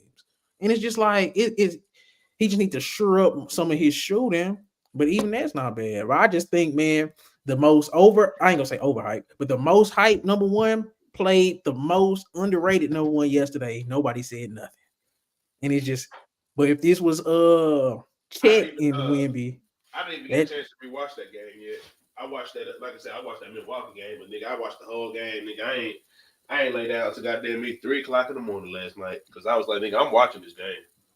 You really only got to watch the first, second, third quarter if you would even watch that game because they beat the brakes off San Antonio. I think Paolo took it personal. He took it personal, bro. You could tell. And I mean, I haven't watched too much of Paolo. I've seen Paolo, like that look like a nigga I fuck with though, for real. Like that, he damn near got the same goddamn me. That dog shit that I be liking. Who was that Paolo got into it with? It wasn't against the Spurs. It was somebody else he got into it with. They started talking back and forth. No. Oh, that must be something else. It was just recently in an NBA game he got into it with them. They started kind of talking back and forth. Dang, I seen it because somebody had on social media. Now people get access to leaked audio. Mm-hmm. And they had I cannot think of that game who we got into it with. I can't think of the player he got into it with. Y'all think what do y'all think Wemby needs around him? Because Devin Vassell is really cold, bro. I think he's the only person I would. Players. Huh? Some smarter fucking players. Jeremy Sohan, I'm so disappointed. They need an actual point guard over there. That's first thing. That's for sure what they need. Because bro, like a player like I like Jordan Johnson too. I don't know if he's a winning player. I don't know, bro. I like Vassell and Wemby. Them the only two I'm looking like. The more I've been watching them this year, the more I'm like, man, it's Vassell and Wemby. Hey, man, Johnson done had some games too, man. And DJ, that might be like the right word to use. Like, you just need some winning players because, like, I think you still got too many young boys over there that's still worried about trying to get their numbers up and shit like that. But it's like, nigga, you have a generational talent over there that's down there in the post, but you don't want to throw it up to him, so he just literally toss the ball in the basket. You want to sit there and just jack up a goddamn three. Bro, Jeremy Sohan. That was mainly him doing it. Yeah, he be doing it too. But Jeremy Sohan is a power forward, supposedly. That boy had 5 turnovers yesterday and 2 assists. Like he was just doing too much. Like he supposed to be the connector piece, the wing guy that's go guard 1 through 4, and he could pass, he could do all the other things. But he been trying to score and shit. He been trying to take niggas off the dribble. It's They want like him to be that a new age Dennis Rodman, and it don't come together right at all. I think he good, but I think they done hyped They his need head up. they need to diminish some parts of his role. Yeah, That's what they need to do. I think that's where you will finally see how valuable he is. Him trying to handle the ball in half court, I don't like. Him being your main facilitator, I definitely don't like. Like that, those two things, you can just tell like he's trying to force those two things into his game now. It's like, bro, if it ain't naturally there, that's why we seeing what we seeing from him. But and that's I was like just Pop gonna said say, though, are you Pop go said criticize Pop? Huh? Go ahead. Pop said something that made me sit there and say, you know what, Pop, you right. But at the same time, why did you do this then? Pop said it's harder to coach these guys because I'm teaching them at the same time. He said when I had Parker and all them, they came with the IQ already. It's a lot of stuff that they don't like the basic stuff. He said these guys now don't got it. He said they very skillful, they're very talented, but they don't have the basic fundamentals of the game. So he said it's like it's some stuff they supposed to have learned back when they was in high school, just about. Damn. And that's what he really struggling with over there. A lot of those guys that we see, we only see once he put the product out there, and we like, man, why Pop ain't doing? But then when Pop put it, I'm like, well, that makes sense then. Why you struggling so much? But at the same time, why did you have this guy at the point guard position? And that's all That's I'm saying, right? Your two most important positions. Not trying to diminish the other three, but your center and your point guard have to be on point. You cannot afford to say, you know what, we lack a high IQ, so let me put a low IQ guy at the point guard position. I don't care how good you think your team is. If your point guard ain't got some smarts to the game, y'all about to have a long season. And I it's think just you like could trade in Keldon NFL Johnson translate. for If point you guard. can have the most talented team coming into the season, but if your quarterback is questionable when it comes to making smart decisions, I feel for y'all.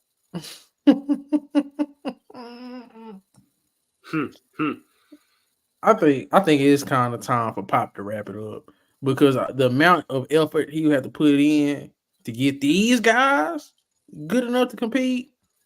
No, because whoever they get in this draft class, they go hype him up, but he's not gonna be that good. Because this draft class is one of the worst I've ever seen as an adult. They say it's another guy from overseas that's from France too. That's supposed to be Wemby. And Wemby and somebody else. I'm like, bro, Wemby just started his first year. How does he already have a crazy deal? I'm like, why? How does he already have a build? He's gonna be the Wemby 2.0. We don't even know what this not even Wemby's ceiling. Like what? We don't even know what Wemby 2.0. we don't even know what Wemby 1.0 is. Like, yeah, that shit crazy as hell. I don't be like. They say he's from France too, though. And he about 7'3", 7'4". I'm like, bro, first of all, what's going on over there in France? How they got all these 7-footers all of a sudden that can just handle the ball and shoot the ball and move like that? Like, that's rare to see a 7-footer be able to do all three of those things. Tony Parker. They say he a big part of that scene over there. He got like academies. He been working with him. Yeah, he got academies and shit out there. And you know they play FIBA every year.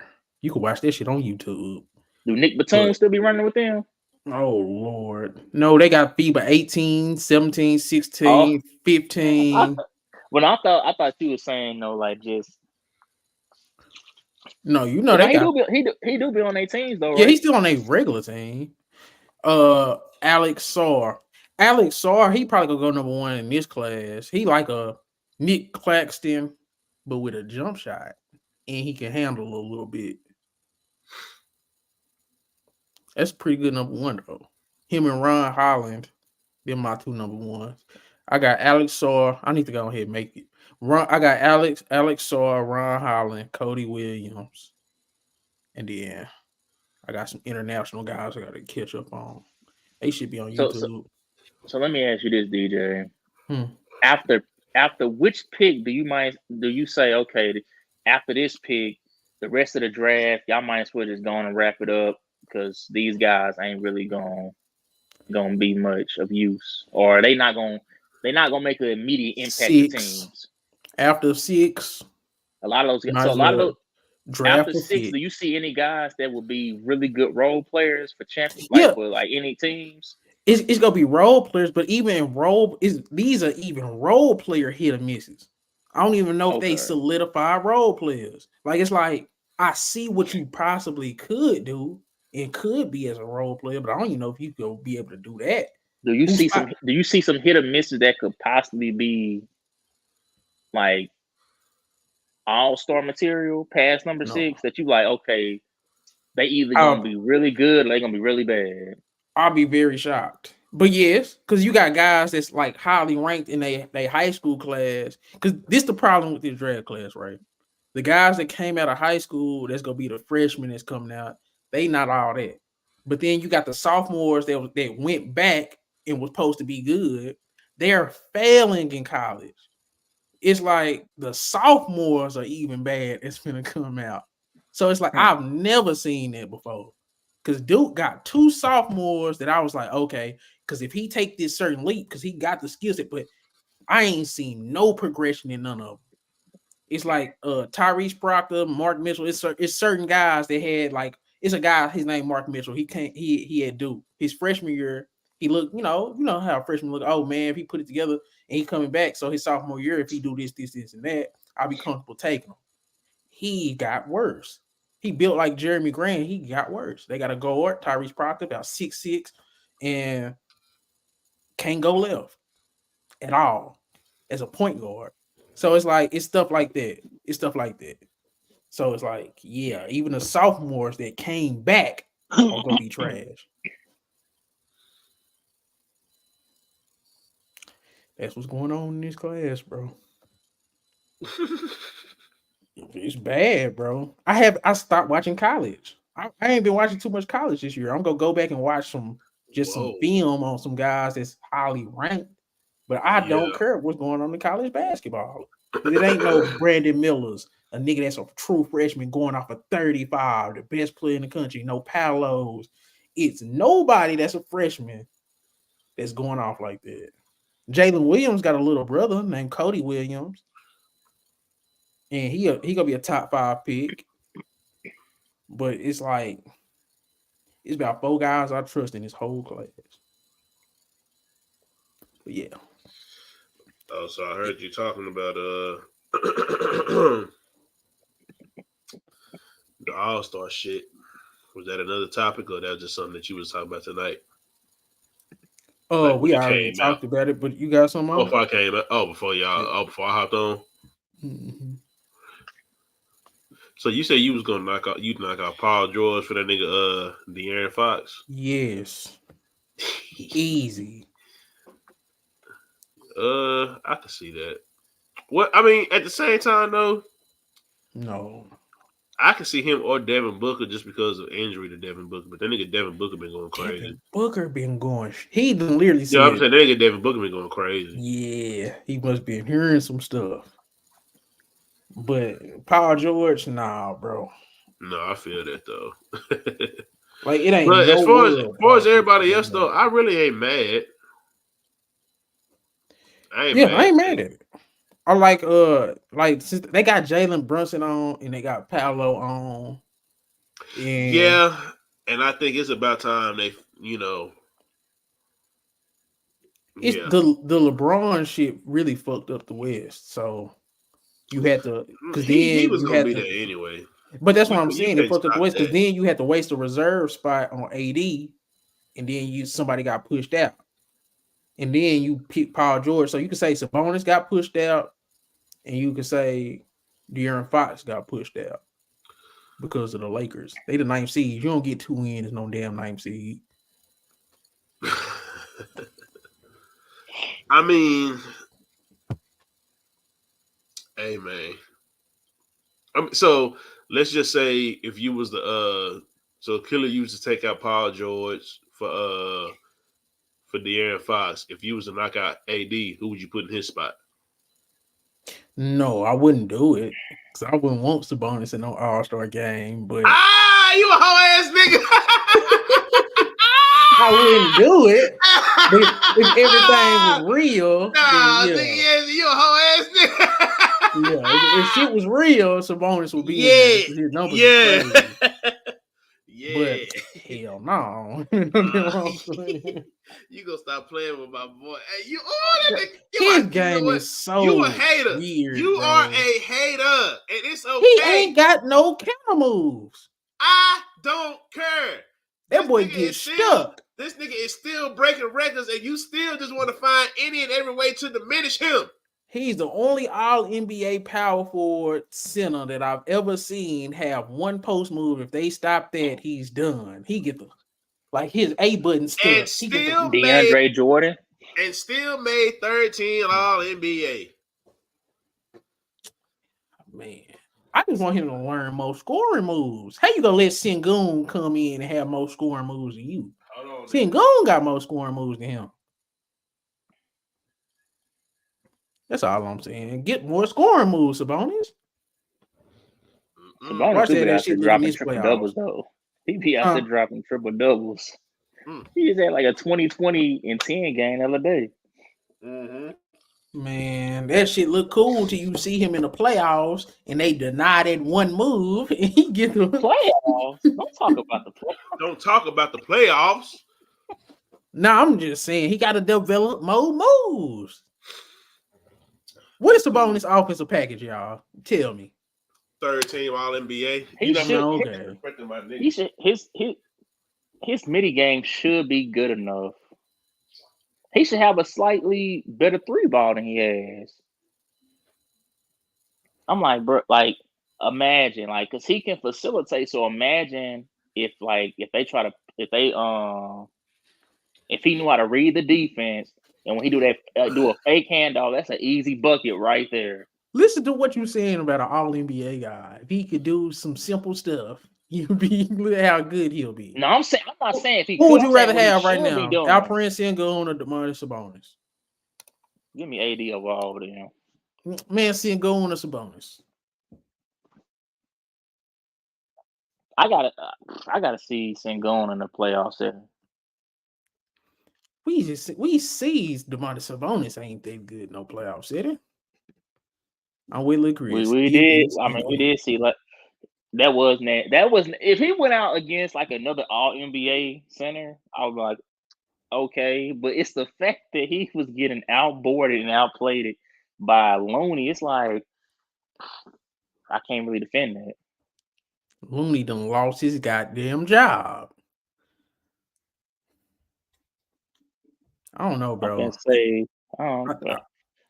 I told you that may be the first time in NBA history where a guy who has no business performing better than the All-NBA big at their position gets demoted. and y'all just was killing me when I was just like, this Sabonis shit just not it, bro. I tried in the regular season, because in regular season they was rolling. It's hard to talk. It's hard to say, bro. LeBron, goddamn, was all up on his back. We played the footage. I'm just saying, bro. He's just Sabonis now, bro.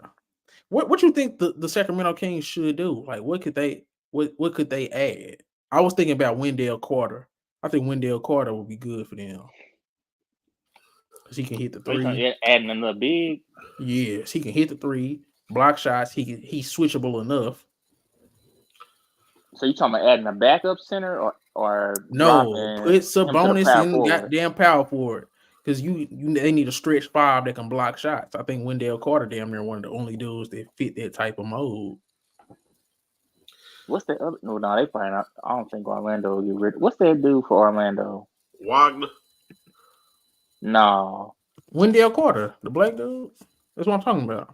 Ain't there somebody else they got over there? Jonathan Isaac? Nah, he Jonathan. gone, right? Now, Jonathan Isaac over there, he played like 10 minutes a game. Oh no, He's I'm thinking so of injury prone. Mo Bamba. That's what I'm thinking of. Mo Man, Bamba. I'm watching him right now with the Philadelphia. Man, he one of those. He move. How he moves scares me. I wanted Mo Bamba for Sacramento too. They just need a floor stretching shot blocker. Yeah, that's all they need. Wendell Carter, he averaging 11 and 7 this year, 52 from the field, 42 from 3 as a center, 6'10", 270. and where is he at? Orlando. I don't think they let that nigga go. What's Sacramento gonna give up? Give up some shooting. Orlando needs some shooting. Give me goddamn Kevin Huerter. Give me a pick because I want a pick. Give me Kevin Huerter a pick. Ooh, that's gonna be tough for them. That's not a lot. Give me Kevin Huerter. It's not a lot, but I just feel like Sacramento kind of value him a lot. Like maybe I mean, you still got Keegan Murray. You still I'm about got, to say unless you think I was about to say unless you feel like who Duarte.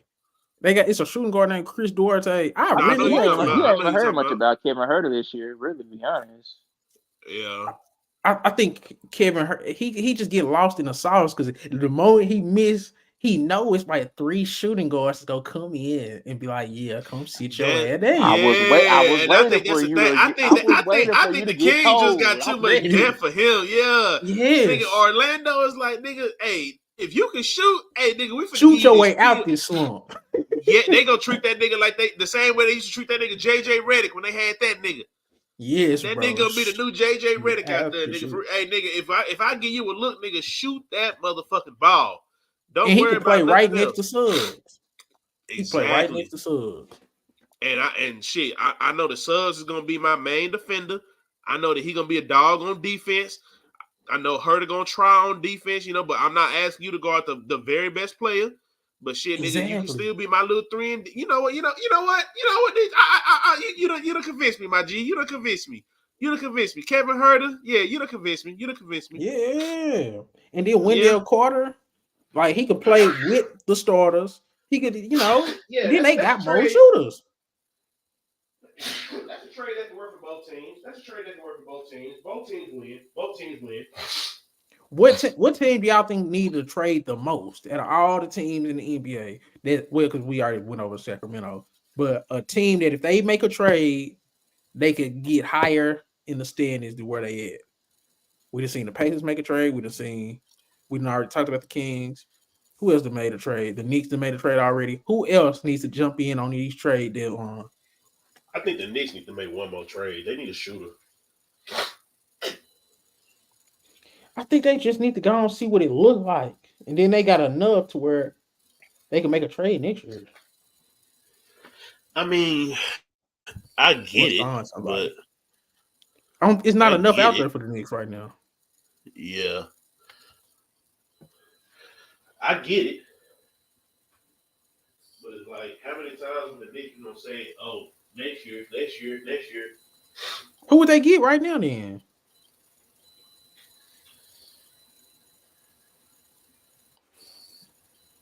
Shit, unless you want to give up them 5 picks for Bridges. Nah, I said, nigga, if that Donovan Mitchell trade happened, bro, I think that's like the trade that would kind of like put them over the top.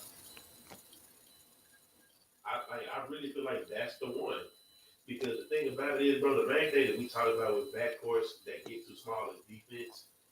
But that nigga Brunson, he actually tries, and he ain't like your average point guard. He's actually like a solid he built Donovan Mitchell too. He's built. He is built, but even still, that nigga Jalen Brunson is a much better defender than nigga Donovan Mitchell. They're both built, but Jalen Brunson is like he's somebody I would not mind as my defender as a point guard. Like, this might sound crazy. I feel like the Milwaukee Bucks would be a better defensive team right now with Jalen Brunson and Dame. Yes. And I wouldn't miss the scoring. Dame don't try. That's the difference. No, but it's not even that. Even when Dame tries, it's still not enough. I just No, said that. Dame don't try for. Dame got a 6'8" wingspan, Chris. DJ, You know that? I just saw him actually try last night. No, DJ. When I could tell you, like, I rewatched that game. I was standing literally 2 to 3 feet in front of my TV. I wasn't sitting down no across the room. I was standing in front of my TV with my arms crossed. That nigga Dame was trying, nigga. And you know what I say, the most I would like for you to do is try. And if it just don't work, it don't work. That nigga Dame tries, bro. It just does not work. That's the difference between him and Brunson. I don't need, Brunson to like try to do all this spectacular. I know Brunson can get his buckets the way he gonna get them. And still can average me the same amount that Dame is getting me right now, but actually stop some niggas on the defensive end. Because he's actually built. And if I have that next to Donovan, I got somebody that just got that can handle that. And I just gotta, make sure I slide where I'm supposed to slide. I'm supposed to be in the correct position where I got to be at. I'm not mad at a Donovan Mitchell trade to the Knicks. Like I said, fuck that Mikal Bridges one. Put Donovan Mitchell there, and even still, 2 of the first round picks. Defensive ratings. Damian Lillard is at a 119. God damn. Terrible, can't stop bro. a nosebleed. He can't stop shit. Okay. Who next? Brunson? No, let's say Donovan Mitchell. Donovan Mitchell. So, what was Dame? 119? 119. Donovan Mitchell, 110. That's not bad. Sounds like that's better than me. It's not bad. Let's see what Jalen Brunson is. That ain't good either, though. It ain't bad. He's not somebody I expect to defend either. Ooh, Jalen Brunson, that shit down there on 116. I trust Bron. This is where defensive rating can be misleading. I trust Brunson the most out of those three, though. As bad as that number looks, I still trust him more. That's what's crazy. I done seen Donovan Mitchell clamp up this year a little bit, y'all, bro. I'm not gonna act like I haven't. Donovan Mitchell, I can't say I'm gonna throw away them 2 years in Utah. But Donovan Mitchell, bro, he can play defense, bro. He's big. He got some long arms. Because how tall is Donovan? 6'3"? He's 6'2", but he got like a 6'10" wingspan, though. Oh, I know his wingspan was that wide. Yeah. That nigga wingspan. His arms is long as hell. Yup, he got a 6'10" wingspan. Mm-hmm. And what's the name wingspan? Let me see. Because Donovan Mitchell, he got a 6'10" wingspan. Mm-hmm. Damian Lillard, he got us. That's why I don't be wanting to hear that shit, bro. He got a 6'8" wingspan. Why are you that bad at defense? Jalen Brunson. Now, this is where it's like they are capable of more, if that makes sense. That boy Jalen Brunson got a 6'4" wingspan. Huh? He got a 6'4" wingspan, and he's 6'1". That is, I don't care how hard he try. He's 6'2". 6'2" with a 6'4" wingspan. I don't care how hard he trying. That's not gonna get it done, bro. But for whatever reason, I still trust that nigga more. Man, it looked better when he all out here hustling and bodying up. But that's the thing. I guess that's the thing. Like, I see a hustle, bro. Like, I don't really see that consistently from them other 2 niggas. Donovan, man. Donovan Mitchell. And I can also say at the same time, bro, like, I ain't watched too many Cavs games this year either. Let me see. I don't know why I keep on going away from it. But let me see. Let's go to team rankings. Let's see defense. Now let's go to defense. Scoring defense. Yeah, nigga, put that camera back on me, nigga. I was looking at myself. I'm really a handsome ass nigga. No, I'm playing. But let me see. So you got Minnesota. They allowed the least amount of points. Look, ooh, They all three right here. Minnesota, New York. Yeah. Listen. Milwaukee 24. They allowed damn near 100 Trash. Now let's see. Let's look at shooting, scoring defense. What else? What other metric? Defensive efficiency. I guess you can look at that. I don't even know what that is. Never mind. Shooting defense, opponent shooting percentage. You got Minnesota. See, New York still right there too. They top 10 in shooting percentage. Milwaukee right behind Lakers. That's not good. Where's Cleveland at? Y'all see they Cleveland? up top. Number 4. Oh, damn. Number 4. I think so. You gotta realize though, they got 2 bigs in the paint. So they ain't been playing. Nope. They got this is shooting. Okay, well, I'm gonna go to shooting 3-point. Well, just say scoring. Say no. Do scoring defense because that's just scoring. That would just do the points. Portland number 1. What is this? What is opponent 3-point percentage? If you trying to shoot threes against Portland, Portland say they ain't happy. Hey, Milwaukee. Oh, I did not expect it. No, they just missing. I don't believe that. Them niggas just missing. Nah, ain't no motherfucking way. Them niggas just missing. What happened? Hell no. Now this what happened, Chris. At the beginning of the season, people realized early on, okay, yeah, you know what? We're gonna stop shooting. We about to just start driving. We know y'all can't stay in front of us. We about to just stick to that. So they probably don't take as many threes against the Bucks because they're gonna be driving most of the game. Milwaukee don't get no steals. Milwaukee really don't. Do they get blocks? No. How many fouls they get per game? Oh, that's a good one. Shit, nigga, I need this website. Hold on. Teamrankings.com. They got football too. God dog. My Lord.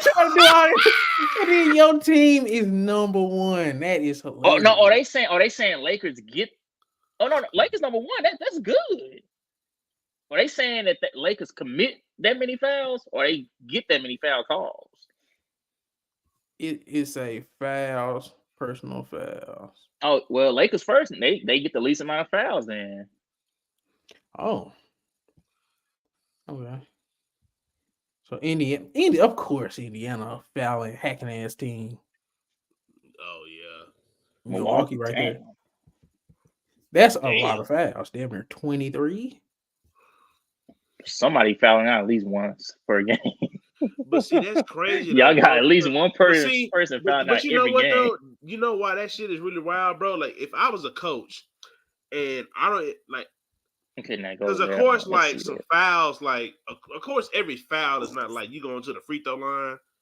But if I was a coach, bro, and you telling me I'm giving up 23 goddamn me fouls a game, I'm like, say, nigga, you giving up 46 free throws. That is crazy, huh? Say, bro. Relax. Again, I'm not saying that every foul results in a free throw, but I'm like, bro, that's a lot of free throws. If you're giving up 23, just me as a coach, I'm going to be like, say, you're giving the other team 43 shots. Calm down. Let me see the rebounds. Team rebounds per game. Like, why the hell the Lakers? They see this a stat Lakers should be dominating. Big ass team. How the hell y'all middle of the pack on rebounding?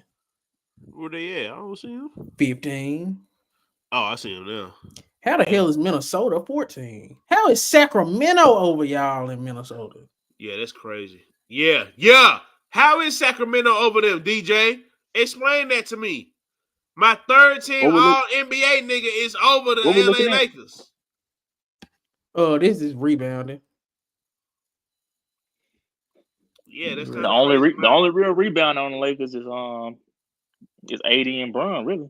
How the hell is Boston getting 55 rebounds a game? What you mean? They pretty much y'all, all rebound. I They can all say rebound. they all pretty good rebounders. Even like Derek White is underrated. Yeah. Drew Nigga, Holiday all them niggas rebound. snatching that goddamn pill, nigga. Who's the worst rebounder thing?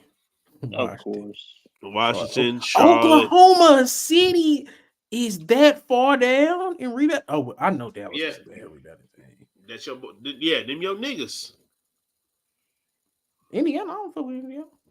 Nah, I said OKC. Oh yeah, they down 4. Dallas down 4 too. They 25th. But What? we know The why. White Powell can't bring no more. Oh, stop it. Dwight Powell, Dereck Lively. No, I don't trust none of them niggas. At this point, I'm sorry, like, bro. I like Dereck Lively, but I'm sorry. Bring me Andre Drummond. You niggas is not finna like push me off that train. I was saying, I'm right there with you. Turnover. Cause y'all, cause you and Laker you down there with that 8 and 24 down there, y'all tried to clown me for talking about Andre Drummond. And I told you niggas. They're like, oh, Andre Drummond, he was Detroit. Oh, he wasn't doing this the number one. I don't give a damn about no number one option. You was trying to make it seem like he was good at offense. Nigga, he was averaging a double-double. A double-double can be 10 points, 10 rebounds. First and foremost, nigga, I said a double-double. I ain't talking about no Jason Kidd double-double. Drummond, I can almost guarantee you Andre Drummond wasn't getting no crazy. I ain't saying that my nigga Drummond wasn't like I'm pretty sure he got some seasons where his rebounding was higher than his points. I'm not saying my nigga Drummond's getting like 25 and 10 or no 30 and 10. Oh, this dude was that. now 17 and 15 is crazy. That's pretty solid. Nigga, that's what I'm, bro. 15 and 16, but 13 and 13 and 13 and 13 is like now 13 and 13. Okay, argue me on that. But nigga, the other numbers that you just said, nigga, come on. 16 and 15 is crazy. Then you getting a 1/2 steal and almost 1/2. Hold on. So you telling me right now, you would not take Andre Drummond's 16 points and 15 rebounds over this inconsistent bullshit this nigga Dereck Lively giving me right now? Because that nigga been getting on my no. That nigga been getting on my goddamn nerves. That nigga Dereck Lively be up here at one point, then he be down He's here. 19 years old. I don't give a fuck. I know what Andre Drummond is gonna give me. If I know that 8 rebounds as a 19-year-old, that he's shooting 74% from the field, bro. How many games he played this year? 36. Out of how many? Like what? 42? Nah, I gotta go look at that because I done seen him miss some games. Bro, he played 36 games, bro. And how many games we into it right now? It gotta be like 42. I don't think it's 42. We almost damn near. Well, shit, nigga, fuck. Almost in February. We in February. It's Black History Month. I ain't even supposed to be talking to y'all like this. Boston to play 49 games. Okay. So it's like that's the most. That's the most. Dallas has played 48. So he played how many? 36 out of 48. 36 out of 48. So he missed 12. He averaged you can't do that with this roster because everybody done miss games. He 19-year-old skinny rookie. Wait, what he? But nigga, that's my problem. He's a skinny center. He's not even really skinny. He's young. He's a teenager, he is bro. Skinny. He's a teenager, bro. Luka played 40 games. I've seen him getting bullied, bro. Bro, you gotta stick it out. All I'm saying is this nigga is gonna be 32. No, hold on. Who? Kyrie, get him off. Oh, we weren't even talking about him. But all I'm saying is, it's like, look, bro, I like Dereck Lively, but at the same time, I would not mind an Andre Drummond if he was a starter, averaging the type of numbers you're talking about right now as a center. I'm pretty damn sure a lot of teams. But you can't shit on Dereck Lively because you wish Andre Drummond from 2012.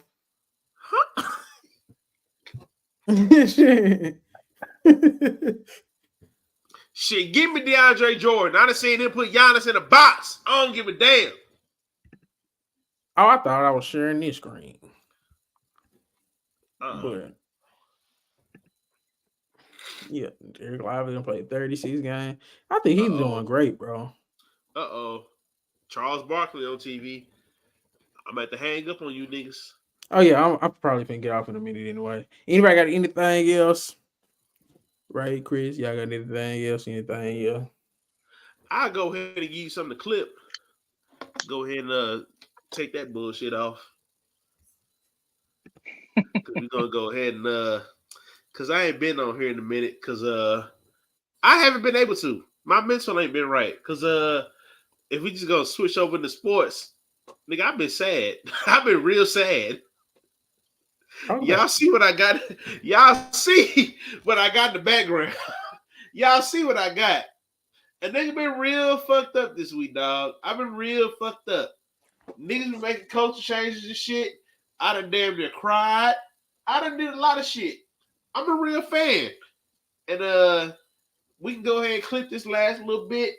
And I can get my little rant off. But first things first, Ray, you a fake ass fan.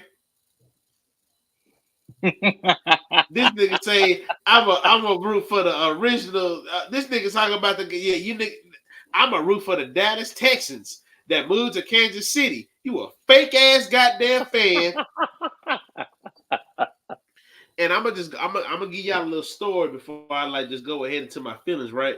So I had went out that weekend of the Baltimore Ravens game.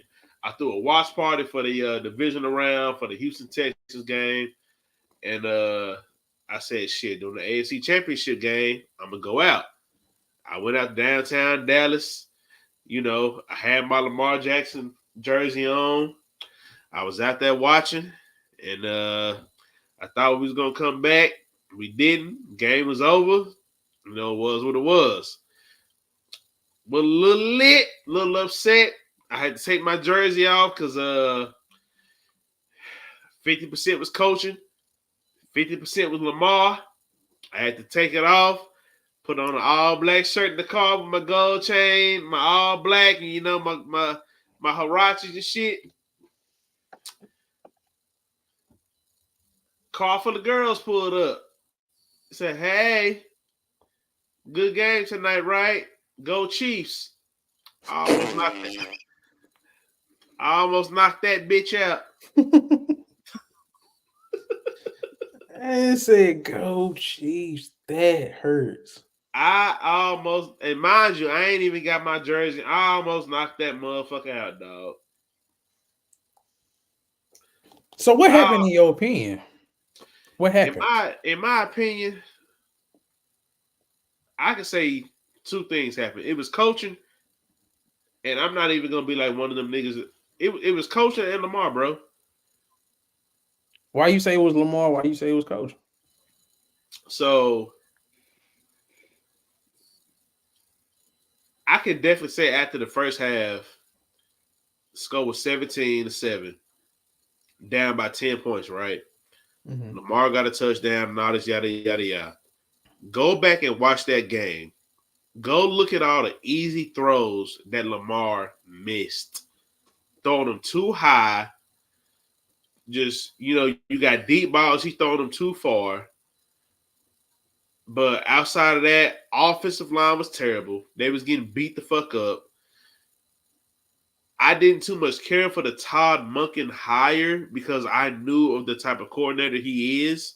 And at the same time, I just want a young nigga in there, somebody that's more creative. But this is why I say the NFL is rigged. Why do we not run the ball more? I don't know. Why it ran like 16 times? Not even that, nigga. I don't know why we didn't run the ball more. I understand that Lamar was and then on top of that, it was just some plays. I just felt like Lamar should have just put that cape on. And bro, I was upset more at him because I'm like, bro, there was ample chances that you could have won this game. But at the same time, Zay Flowers shouldn't have fumbled that ball at the goal line. But this is the biggest thing that I just want people to, and then, we can go ahead and hop off. I don't know if people have heard me say this, but Kansas City did exactly what I said that Baltimore should have been doing before Mark Andrews got hurt. Mark Andrews got hurt. Isaiah Likely came in. We've seen him before. Kansas City came in to their Baltimore game and did the same exact thing that I said we should do against everybody all season. Y'all remember what New England looked like when they had Rob Gronkowski and Aaron Hernandez? Mm. They were unstoppable. They had two tight ends that could block and catch the ball. We got three of them. Kansas City decided that they were going to run a jumbo package. I believe our boy name is Noah Fant. If nothing else, they always had Travis Kelce and Noah Fant in the game running a jumbo package. And either one of them niggas was going to catch the ball or they were going to run a jumbo package and run the ball. Now, what I will say about Baltimore, they skunked them niggas in the second half. The second half is on the offense. Todd Monken, gotta go. I love what he did at Georgia. He gotta go. I don't believe in old ass men being my offensive coordinator because I need you to be creative. You're too stuck in your old ways. I need you to be creative. Mike McCarthy may have been one of the few niggas, but he didn't have everything that he needed as far as like just in the NFL. But as far as like my team, Todd Monken has to go. I don't care about bringing back OBJ. If you got to extend Mark Andrews, extend him. If you got to bring back Isaiah Likely, extend him. I have Keith Mitchell.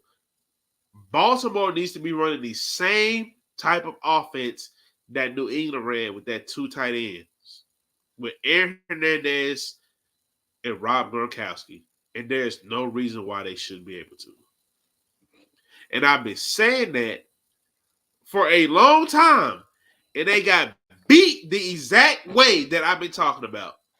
Kansas City ran two tight ends, a jumbo package, ran the ball down their throat, and had Travis Kelce looking like the GOAT that he is. Because he ain't been doing that all goddamn year.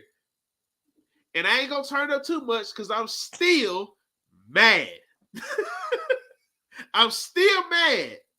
Like, nigga, when I tell you I had my Lamar jersey on, I had to take that motherfucker off. Like, I was that pissed off. Like, I had to have my homeboy give me a black t-shirt, and nigga just dressed me in all black with the gold chain and an Apple Watch on. Nigga, I was pissed. So, I don't feel like Lamar's the problem. I'm still trusting in my quarterback. He had a lot of bad throws. I feel like he was nervous.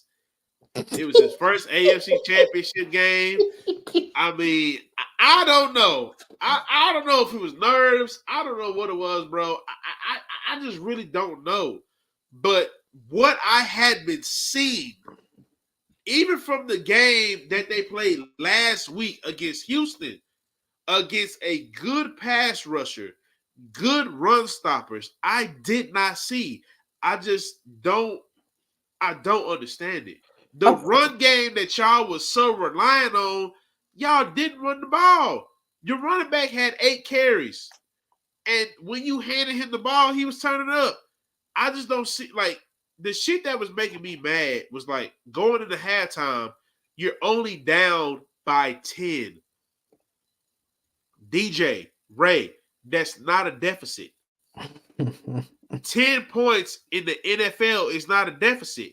In case the audience does not understand, if you score a touchdown and kick the extra point, y'all get 7 points. You're only down by 3. That's not a deficit. I do not have to go and do all this extra shit to get points. I don't know why They changed up what they did. And this is just my little football segment because I'm not going to lie. I have been hiding my face since that game because I still ain't been in my right mind. I'm still pissed off. Very pissed off. My Lamar jersey is still right here next to me, but I can't bring it to myself to pick it up. But can I get a Super Bowl pick? I don't give a fuck about none of these niggas, man. But give me the 49ers just because I got this fake ass Chiefs fan on the stream with me. He's not a Chiefs fan, bro. I won't allow it. I won't hear it. He fake. All right, Nigga said I'm gonna take the original Dallas scene. That nigga fake. But yeah, man, I feel for you, but I told you Lamar can't pass like that to me.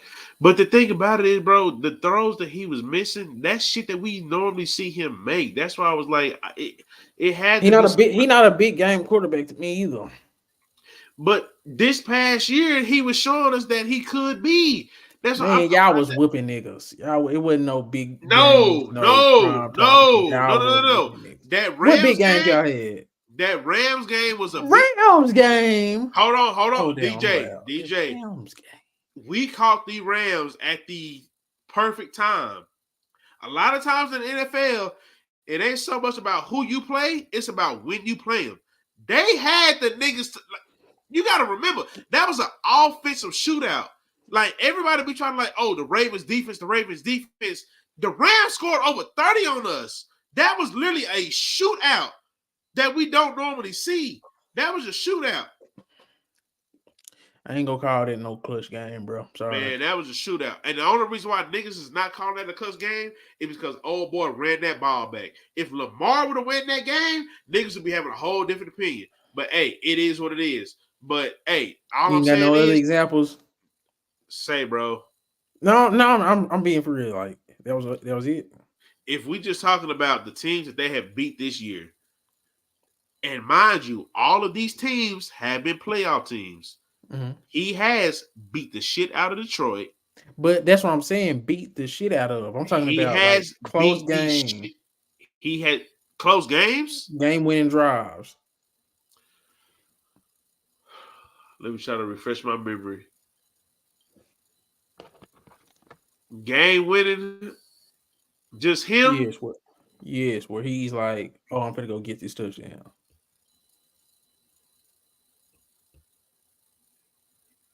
I can't say it was the 49ers. I can't say it was the Lions. I can't say it was the Seahawks. I can't say it was the Dolphins. And that's what's crazy because I feel like the team that he probably had it against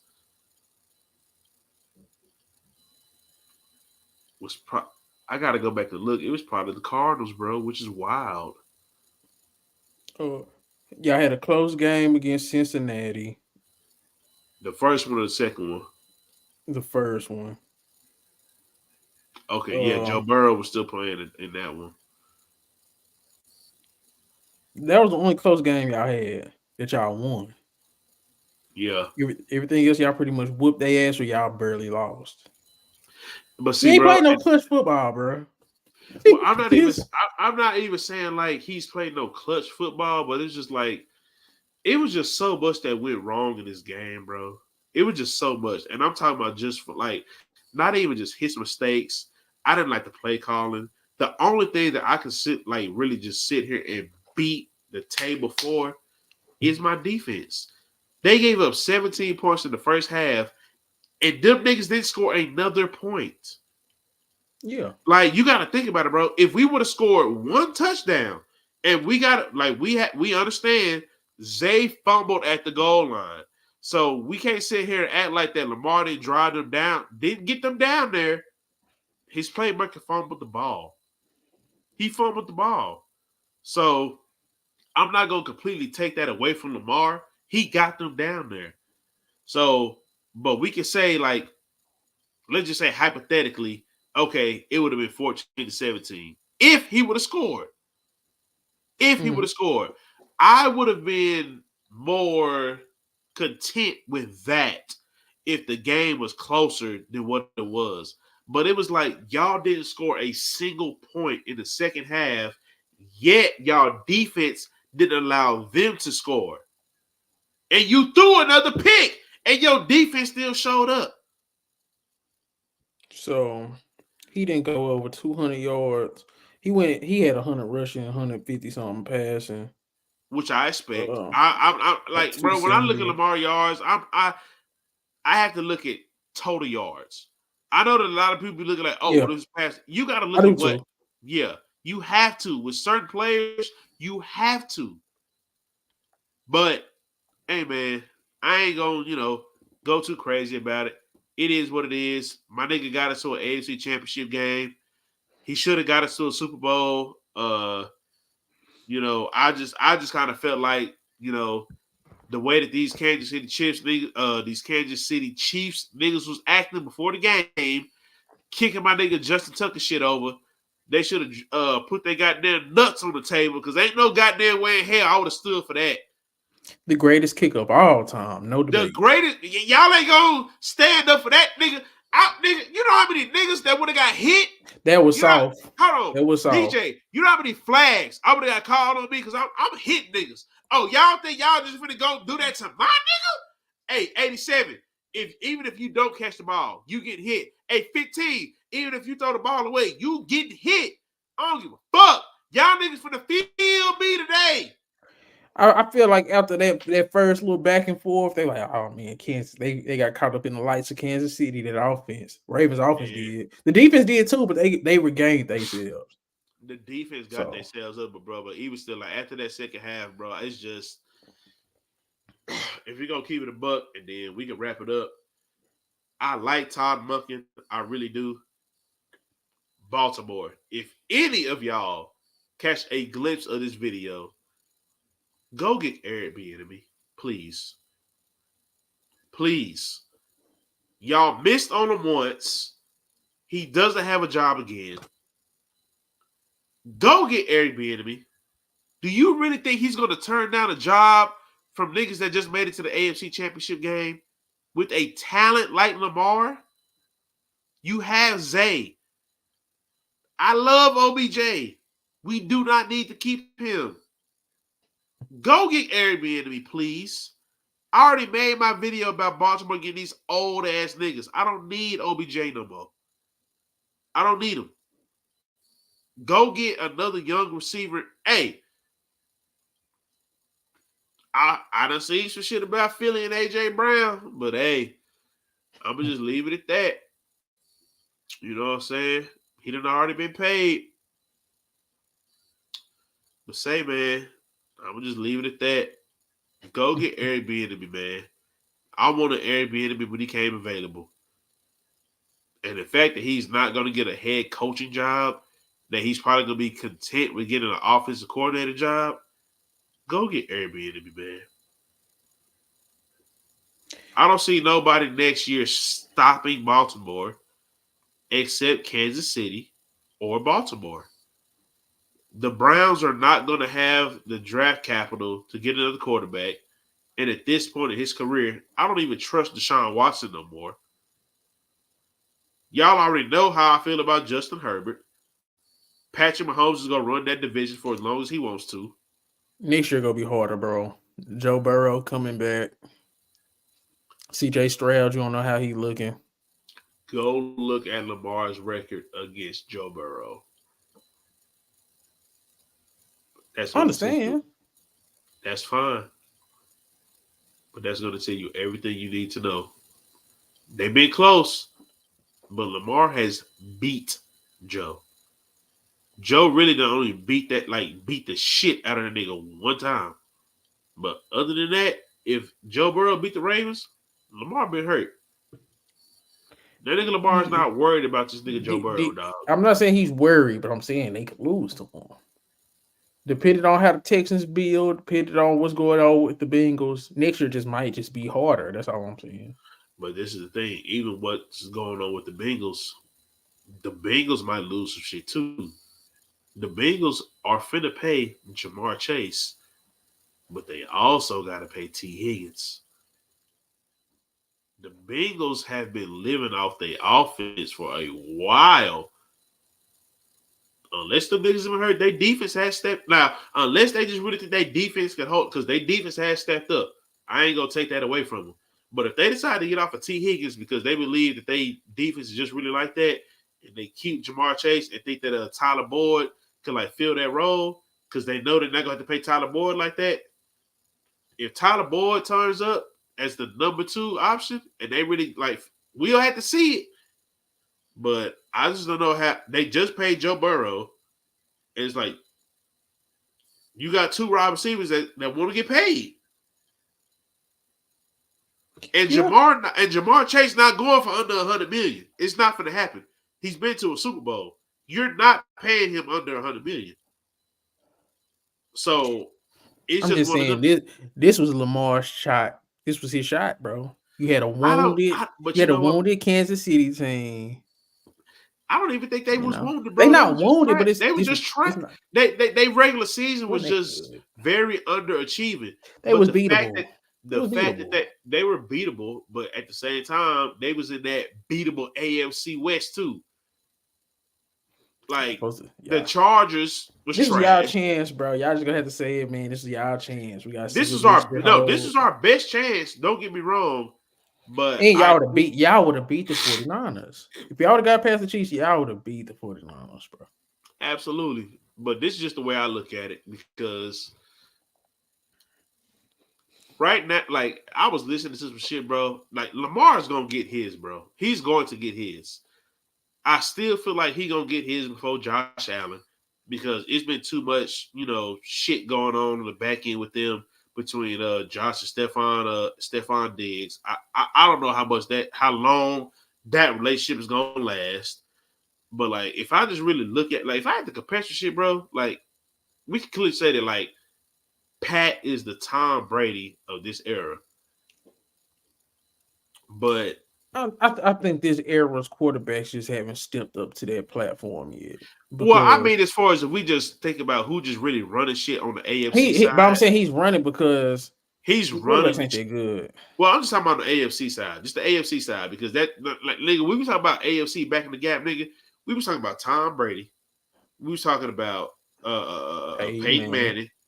We was talking about Phillip Rivers, Ben Roethlisberger. Like, them ain't no slouches. So when we was looking at the AFC right now, if I had to name 4, just those 4, I had to say Pat. But you damn near named 4 Hall of Famers. Patrick Mahomes, the only one I can guarantee you'll be in the Hall. Pat, if Lamar wins this second MVP, Lord. If Lamar wins this second MVP, and then it's crazy because he ain't got no accolades, but we gotta throw Josh Allen in there. We have to throw Josh Allen in there. These is not Hall of Fame level quarterbacks as the ones you just. I'm not saying. I'm just saying. No, I'm saying comparable to what that was back then. We have these to throw Josh quarterbacks Allen. is not that good, bro. Outside of Mahomes, I'm just talking AFC quarterbacks. No, I see what you're saying. They good because they are the best quarterbacks in the league right now. They all in the AFC, but these niggas, they don't stack up with the quarterbacks of yesteryear, bro. They don't when you just talk. But okay, so I was listening to something today though, right? Because clearly, like, we all have seen the numbers just as far as like accolades. We were talking about Patrick Mahomes accolades as far as like just how long he's been in the league compared to what Tom Brady's accolades were, how long he's been in the league. We can clearly say that Pat has been Brady. But what a lot of niggas don't understand, I damn near feel like that either Lamar or Josh Allen could play that role of Peyton Manning. Because Peyton Manning was getting a lot, but actually I'd have to say more like, and I'm not saying it for his numbers, I'm just saying accolades.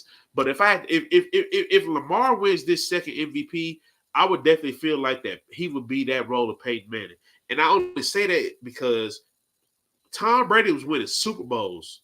Tom Brady was getting rings and chips, but Peyton Manning was getting them regular season accolades.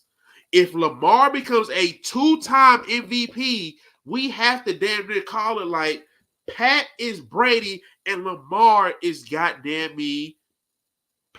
Is Peyton Manning. Now, I like that. Josh Allen should be right there, In the considering the fact he had already been to an AFC Championship game. But the reason why he doesn't, I feel like, goddamn me, Josh Allen is damn near like a Brett Favre. He'll get an MVP eventually, but we know that Josh Allen is a gunslinger the same way that Brett Favre was. We know we're going to take the good with the bad.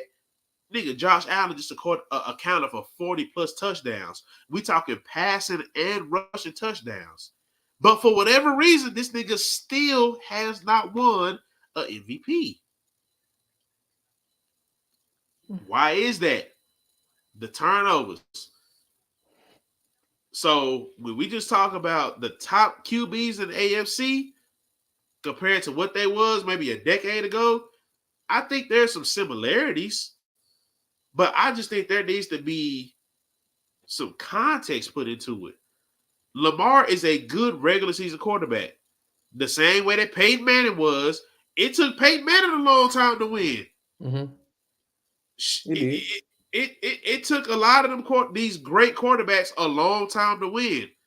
Tom Brady is one of the few that was winning damn near as soon as he got in. So, say, man, I'm just looking forward to these next couple of years because I think the AFC is going to be a battle. The NFC, depending on what the Cowboys do with Dak, we know we got Jalen Hurts.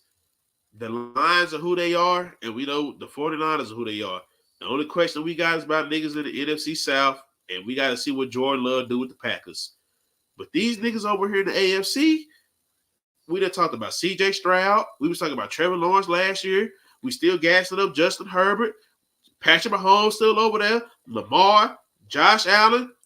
People still going to ride Tua. Nigga, everybody in the AFC. You had me till you said Tua. I said some niggas gonna still ride Tua.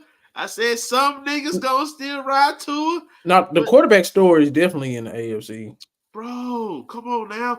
And then, but even still, look at the Colts. They damn near made it to the playoffs. You didn't even say Burrow. Well, because he was hurt. Oh, okay. But even look at the Colts. They damn near made it to the playoffs with Gardner Minshew. Anthony Richardson was hurt. I'm not sold on him yet. I got to see more. Yeah, definitely. Most definitely.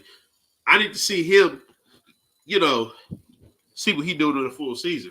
But say, bro, watch the NFC. Because I'm not too big on Caleb Williams. But Drake May, no. Drake May. Well, hold on. I will say this. Caleb Williams in the right system. But I will say this. If Caleb Williams has a decent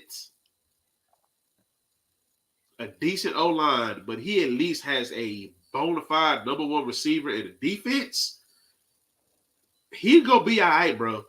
Like, again, I don't know where he's going because you still got a lot of people that's kind of like, iffy on him. But we know as a talent what Caleb Williams is. But the thing that I really be – okay, you know what I compare him to? And people may call me crazy. I compare him to Mark Sanchez. But he was a damn good talented quarterback at USC, right? But the difference that I'm not saying that Mark Sanchez was better, but if you give Caleb Williams the defense that Mark Sanchez had when he was with New York, because Mark Sanchez was not the greatest quarterback of all time. We're not going to act like that. But Mark Sanchez made it to 2 AFC Championship games, and he just so happened to lose against 2 of the greatest quarterbacks of all time in Tom Brady and Peyton Manning. I'm gonna say this because it don't even come down to talent. Caleb Williams, when he starts saying, any team that drafts me, I want a percentage. I don't like his mentality. I thought he said that about I thought he was saying that about a certain team. He said that about just anybody? Even if he's saying it about a certain team, for you to jump out the window and start acting like that, you ain't proving shit. You ain't did nothing in NFL. Oh no, I was down on him about that too. I killed your year wasn't even that good. Nah. The year you had just had at USC wasn't even that good. Y'all was getting y'all ass whooped. So it's like I didn't see the jump I wanted to see. He'll damn near be like a Bryce Young. I ain't taking orders from a nigga that paint his fingernails. Who's it then? Me. Oh. That's what I said. But yeah, Bryce Young, it's kind of gonna be like that Bryce Young thing. That Heisman shit, that shit cool, but I don't know. Hey, have you seen Jaden Daniels from LSU? Yeah. He won the Heisman. Have you seen Drake May from North Carolina? Yeah. And that's so crazy, bro. I think they started to get a little bit more gas up than that nigga Caleb. They're better. They're better. They're bigger. They fit the NFL mode. Caleb Williams perfect for the college games, just like a Baker Mayfield, a Bryce Young, and all that shit. But I'm say, man, I'm out on them 6'2". I don't know about that. Caleb Williams cold. He's cold, but I'm out on that style of play, bro. He gonna have to show me, and I don't really like his mindset. Give me Jaden Daniels, 6'4", about as fast as Lamar. It's just his mindset, bro. I don't like how that's really his only downside with me. Like, I don't like how you trying to come in and say, "Oh, I want a percentage, nigga." For what? For what? Like, I don't know what you think this is, nigga, but this ain't a USC where you think you turn the college program, nigga. USC is gonna be here before you. It's gonna be here while you here, and it's gonna be here after you gone. The same way the NFL is gonna be like that. I don't know why you think you can go and try to tell a rich white man that if you draft me, I want a percentage. Man, my AirPods died, so I can hardly hear. But so this is my last little thing. Jaden Daniels, Caleb Williams, and miss what I say. I can kind of hear you, but I kind of can't hear you. No, but what I was saying, I don't know if you hear me now. What I was saying was that I like Caleb Williams as a talent, but I'm with you as far as him talking about he want a percentage in the team, like the ownership or whatever the fuck that he was talking about. I'm just like, my boy, you do realize that even the college that you're playing for was here before you. They're going to be here while you're here, and they're going to be here after you're gone. Why would you think that an NFL billionaire is going to give you a share in anything if you ain't proven shit? We've seen number one overall pick quarterbacks. Did we not see Josh Rosen a couple of years ago for Arizona? Yeah. Oh, yes, sir. I'm going to make sure I bring the Super Bowl. Where is Josh Rosen now? Man. I believe he's on the coaching staff. He's not even playing ball anymore. So I just don't know where these niggas get the audacity, bro. I just don't. And this nigga, give me Jaden Daniels. I'm telling you right now, Chris. Everybody talking about Caleb Williams, Drake May. I think Jaden Daniels is gonna be the best quarterback at that class. Caleb Williams is a dog. Like, it's talent wise, he is a dog. I just feel like I don't trust him. I just don't trust him. I feel like he has to have the right coach to get that, to make sure that he keep that and don't be on that zesty, sassy ass shit, bro. He gotta have the right coach for that, bro. Because again, like, and I'm not trying to come at nobody. I just don't like the fact that this nigga paints his fingernails. Like, maybe that's just me. I don't like this shit either. I don't like it. I know he said it's for a reason or something, but I express it in another way. I don't need no football player acting that soft. If I'm on a defense and I see you got your fingernails painted, I'm coming for your ass. Pause. But I'm coming for your ass. So, I don't know, bro. But shit, I ain't really got too much. If it's anything else you want to tack on, Jaden Daniels. I'm glad I was able to talk about my Ravens without getting too goddamn heated. That's why y'all ain't seen me talk about these niggas. But I'm still upset. I ain't gonna act like I ain't.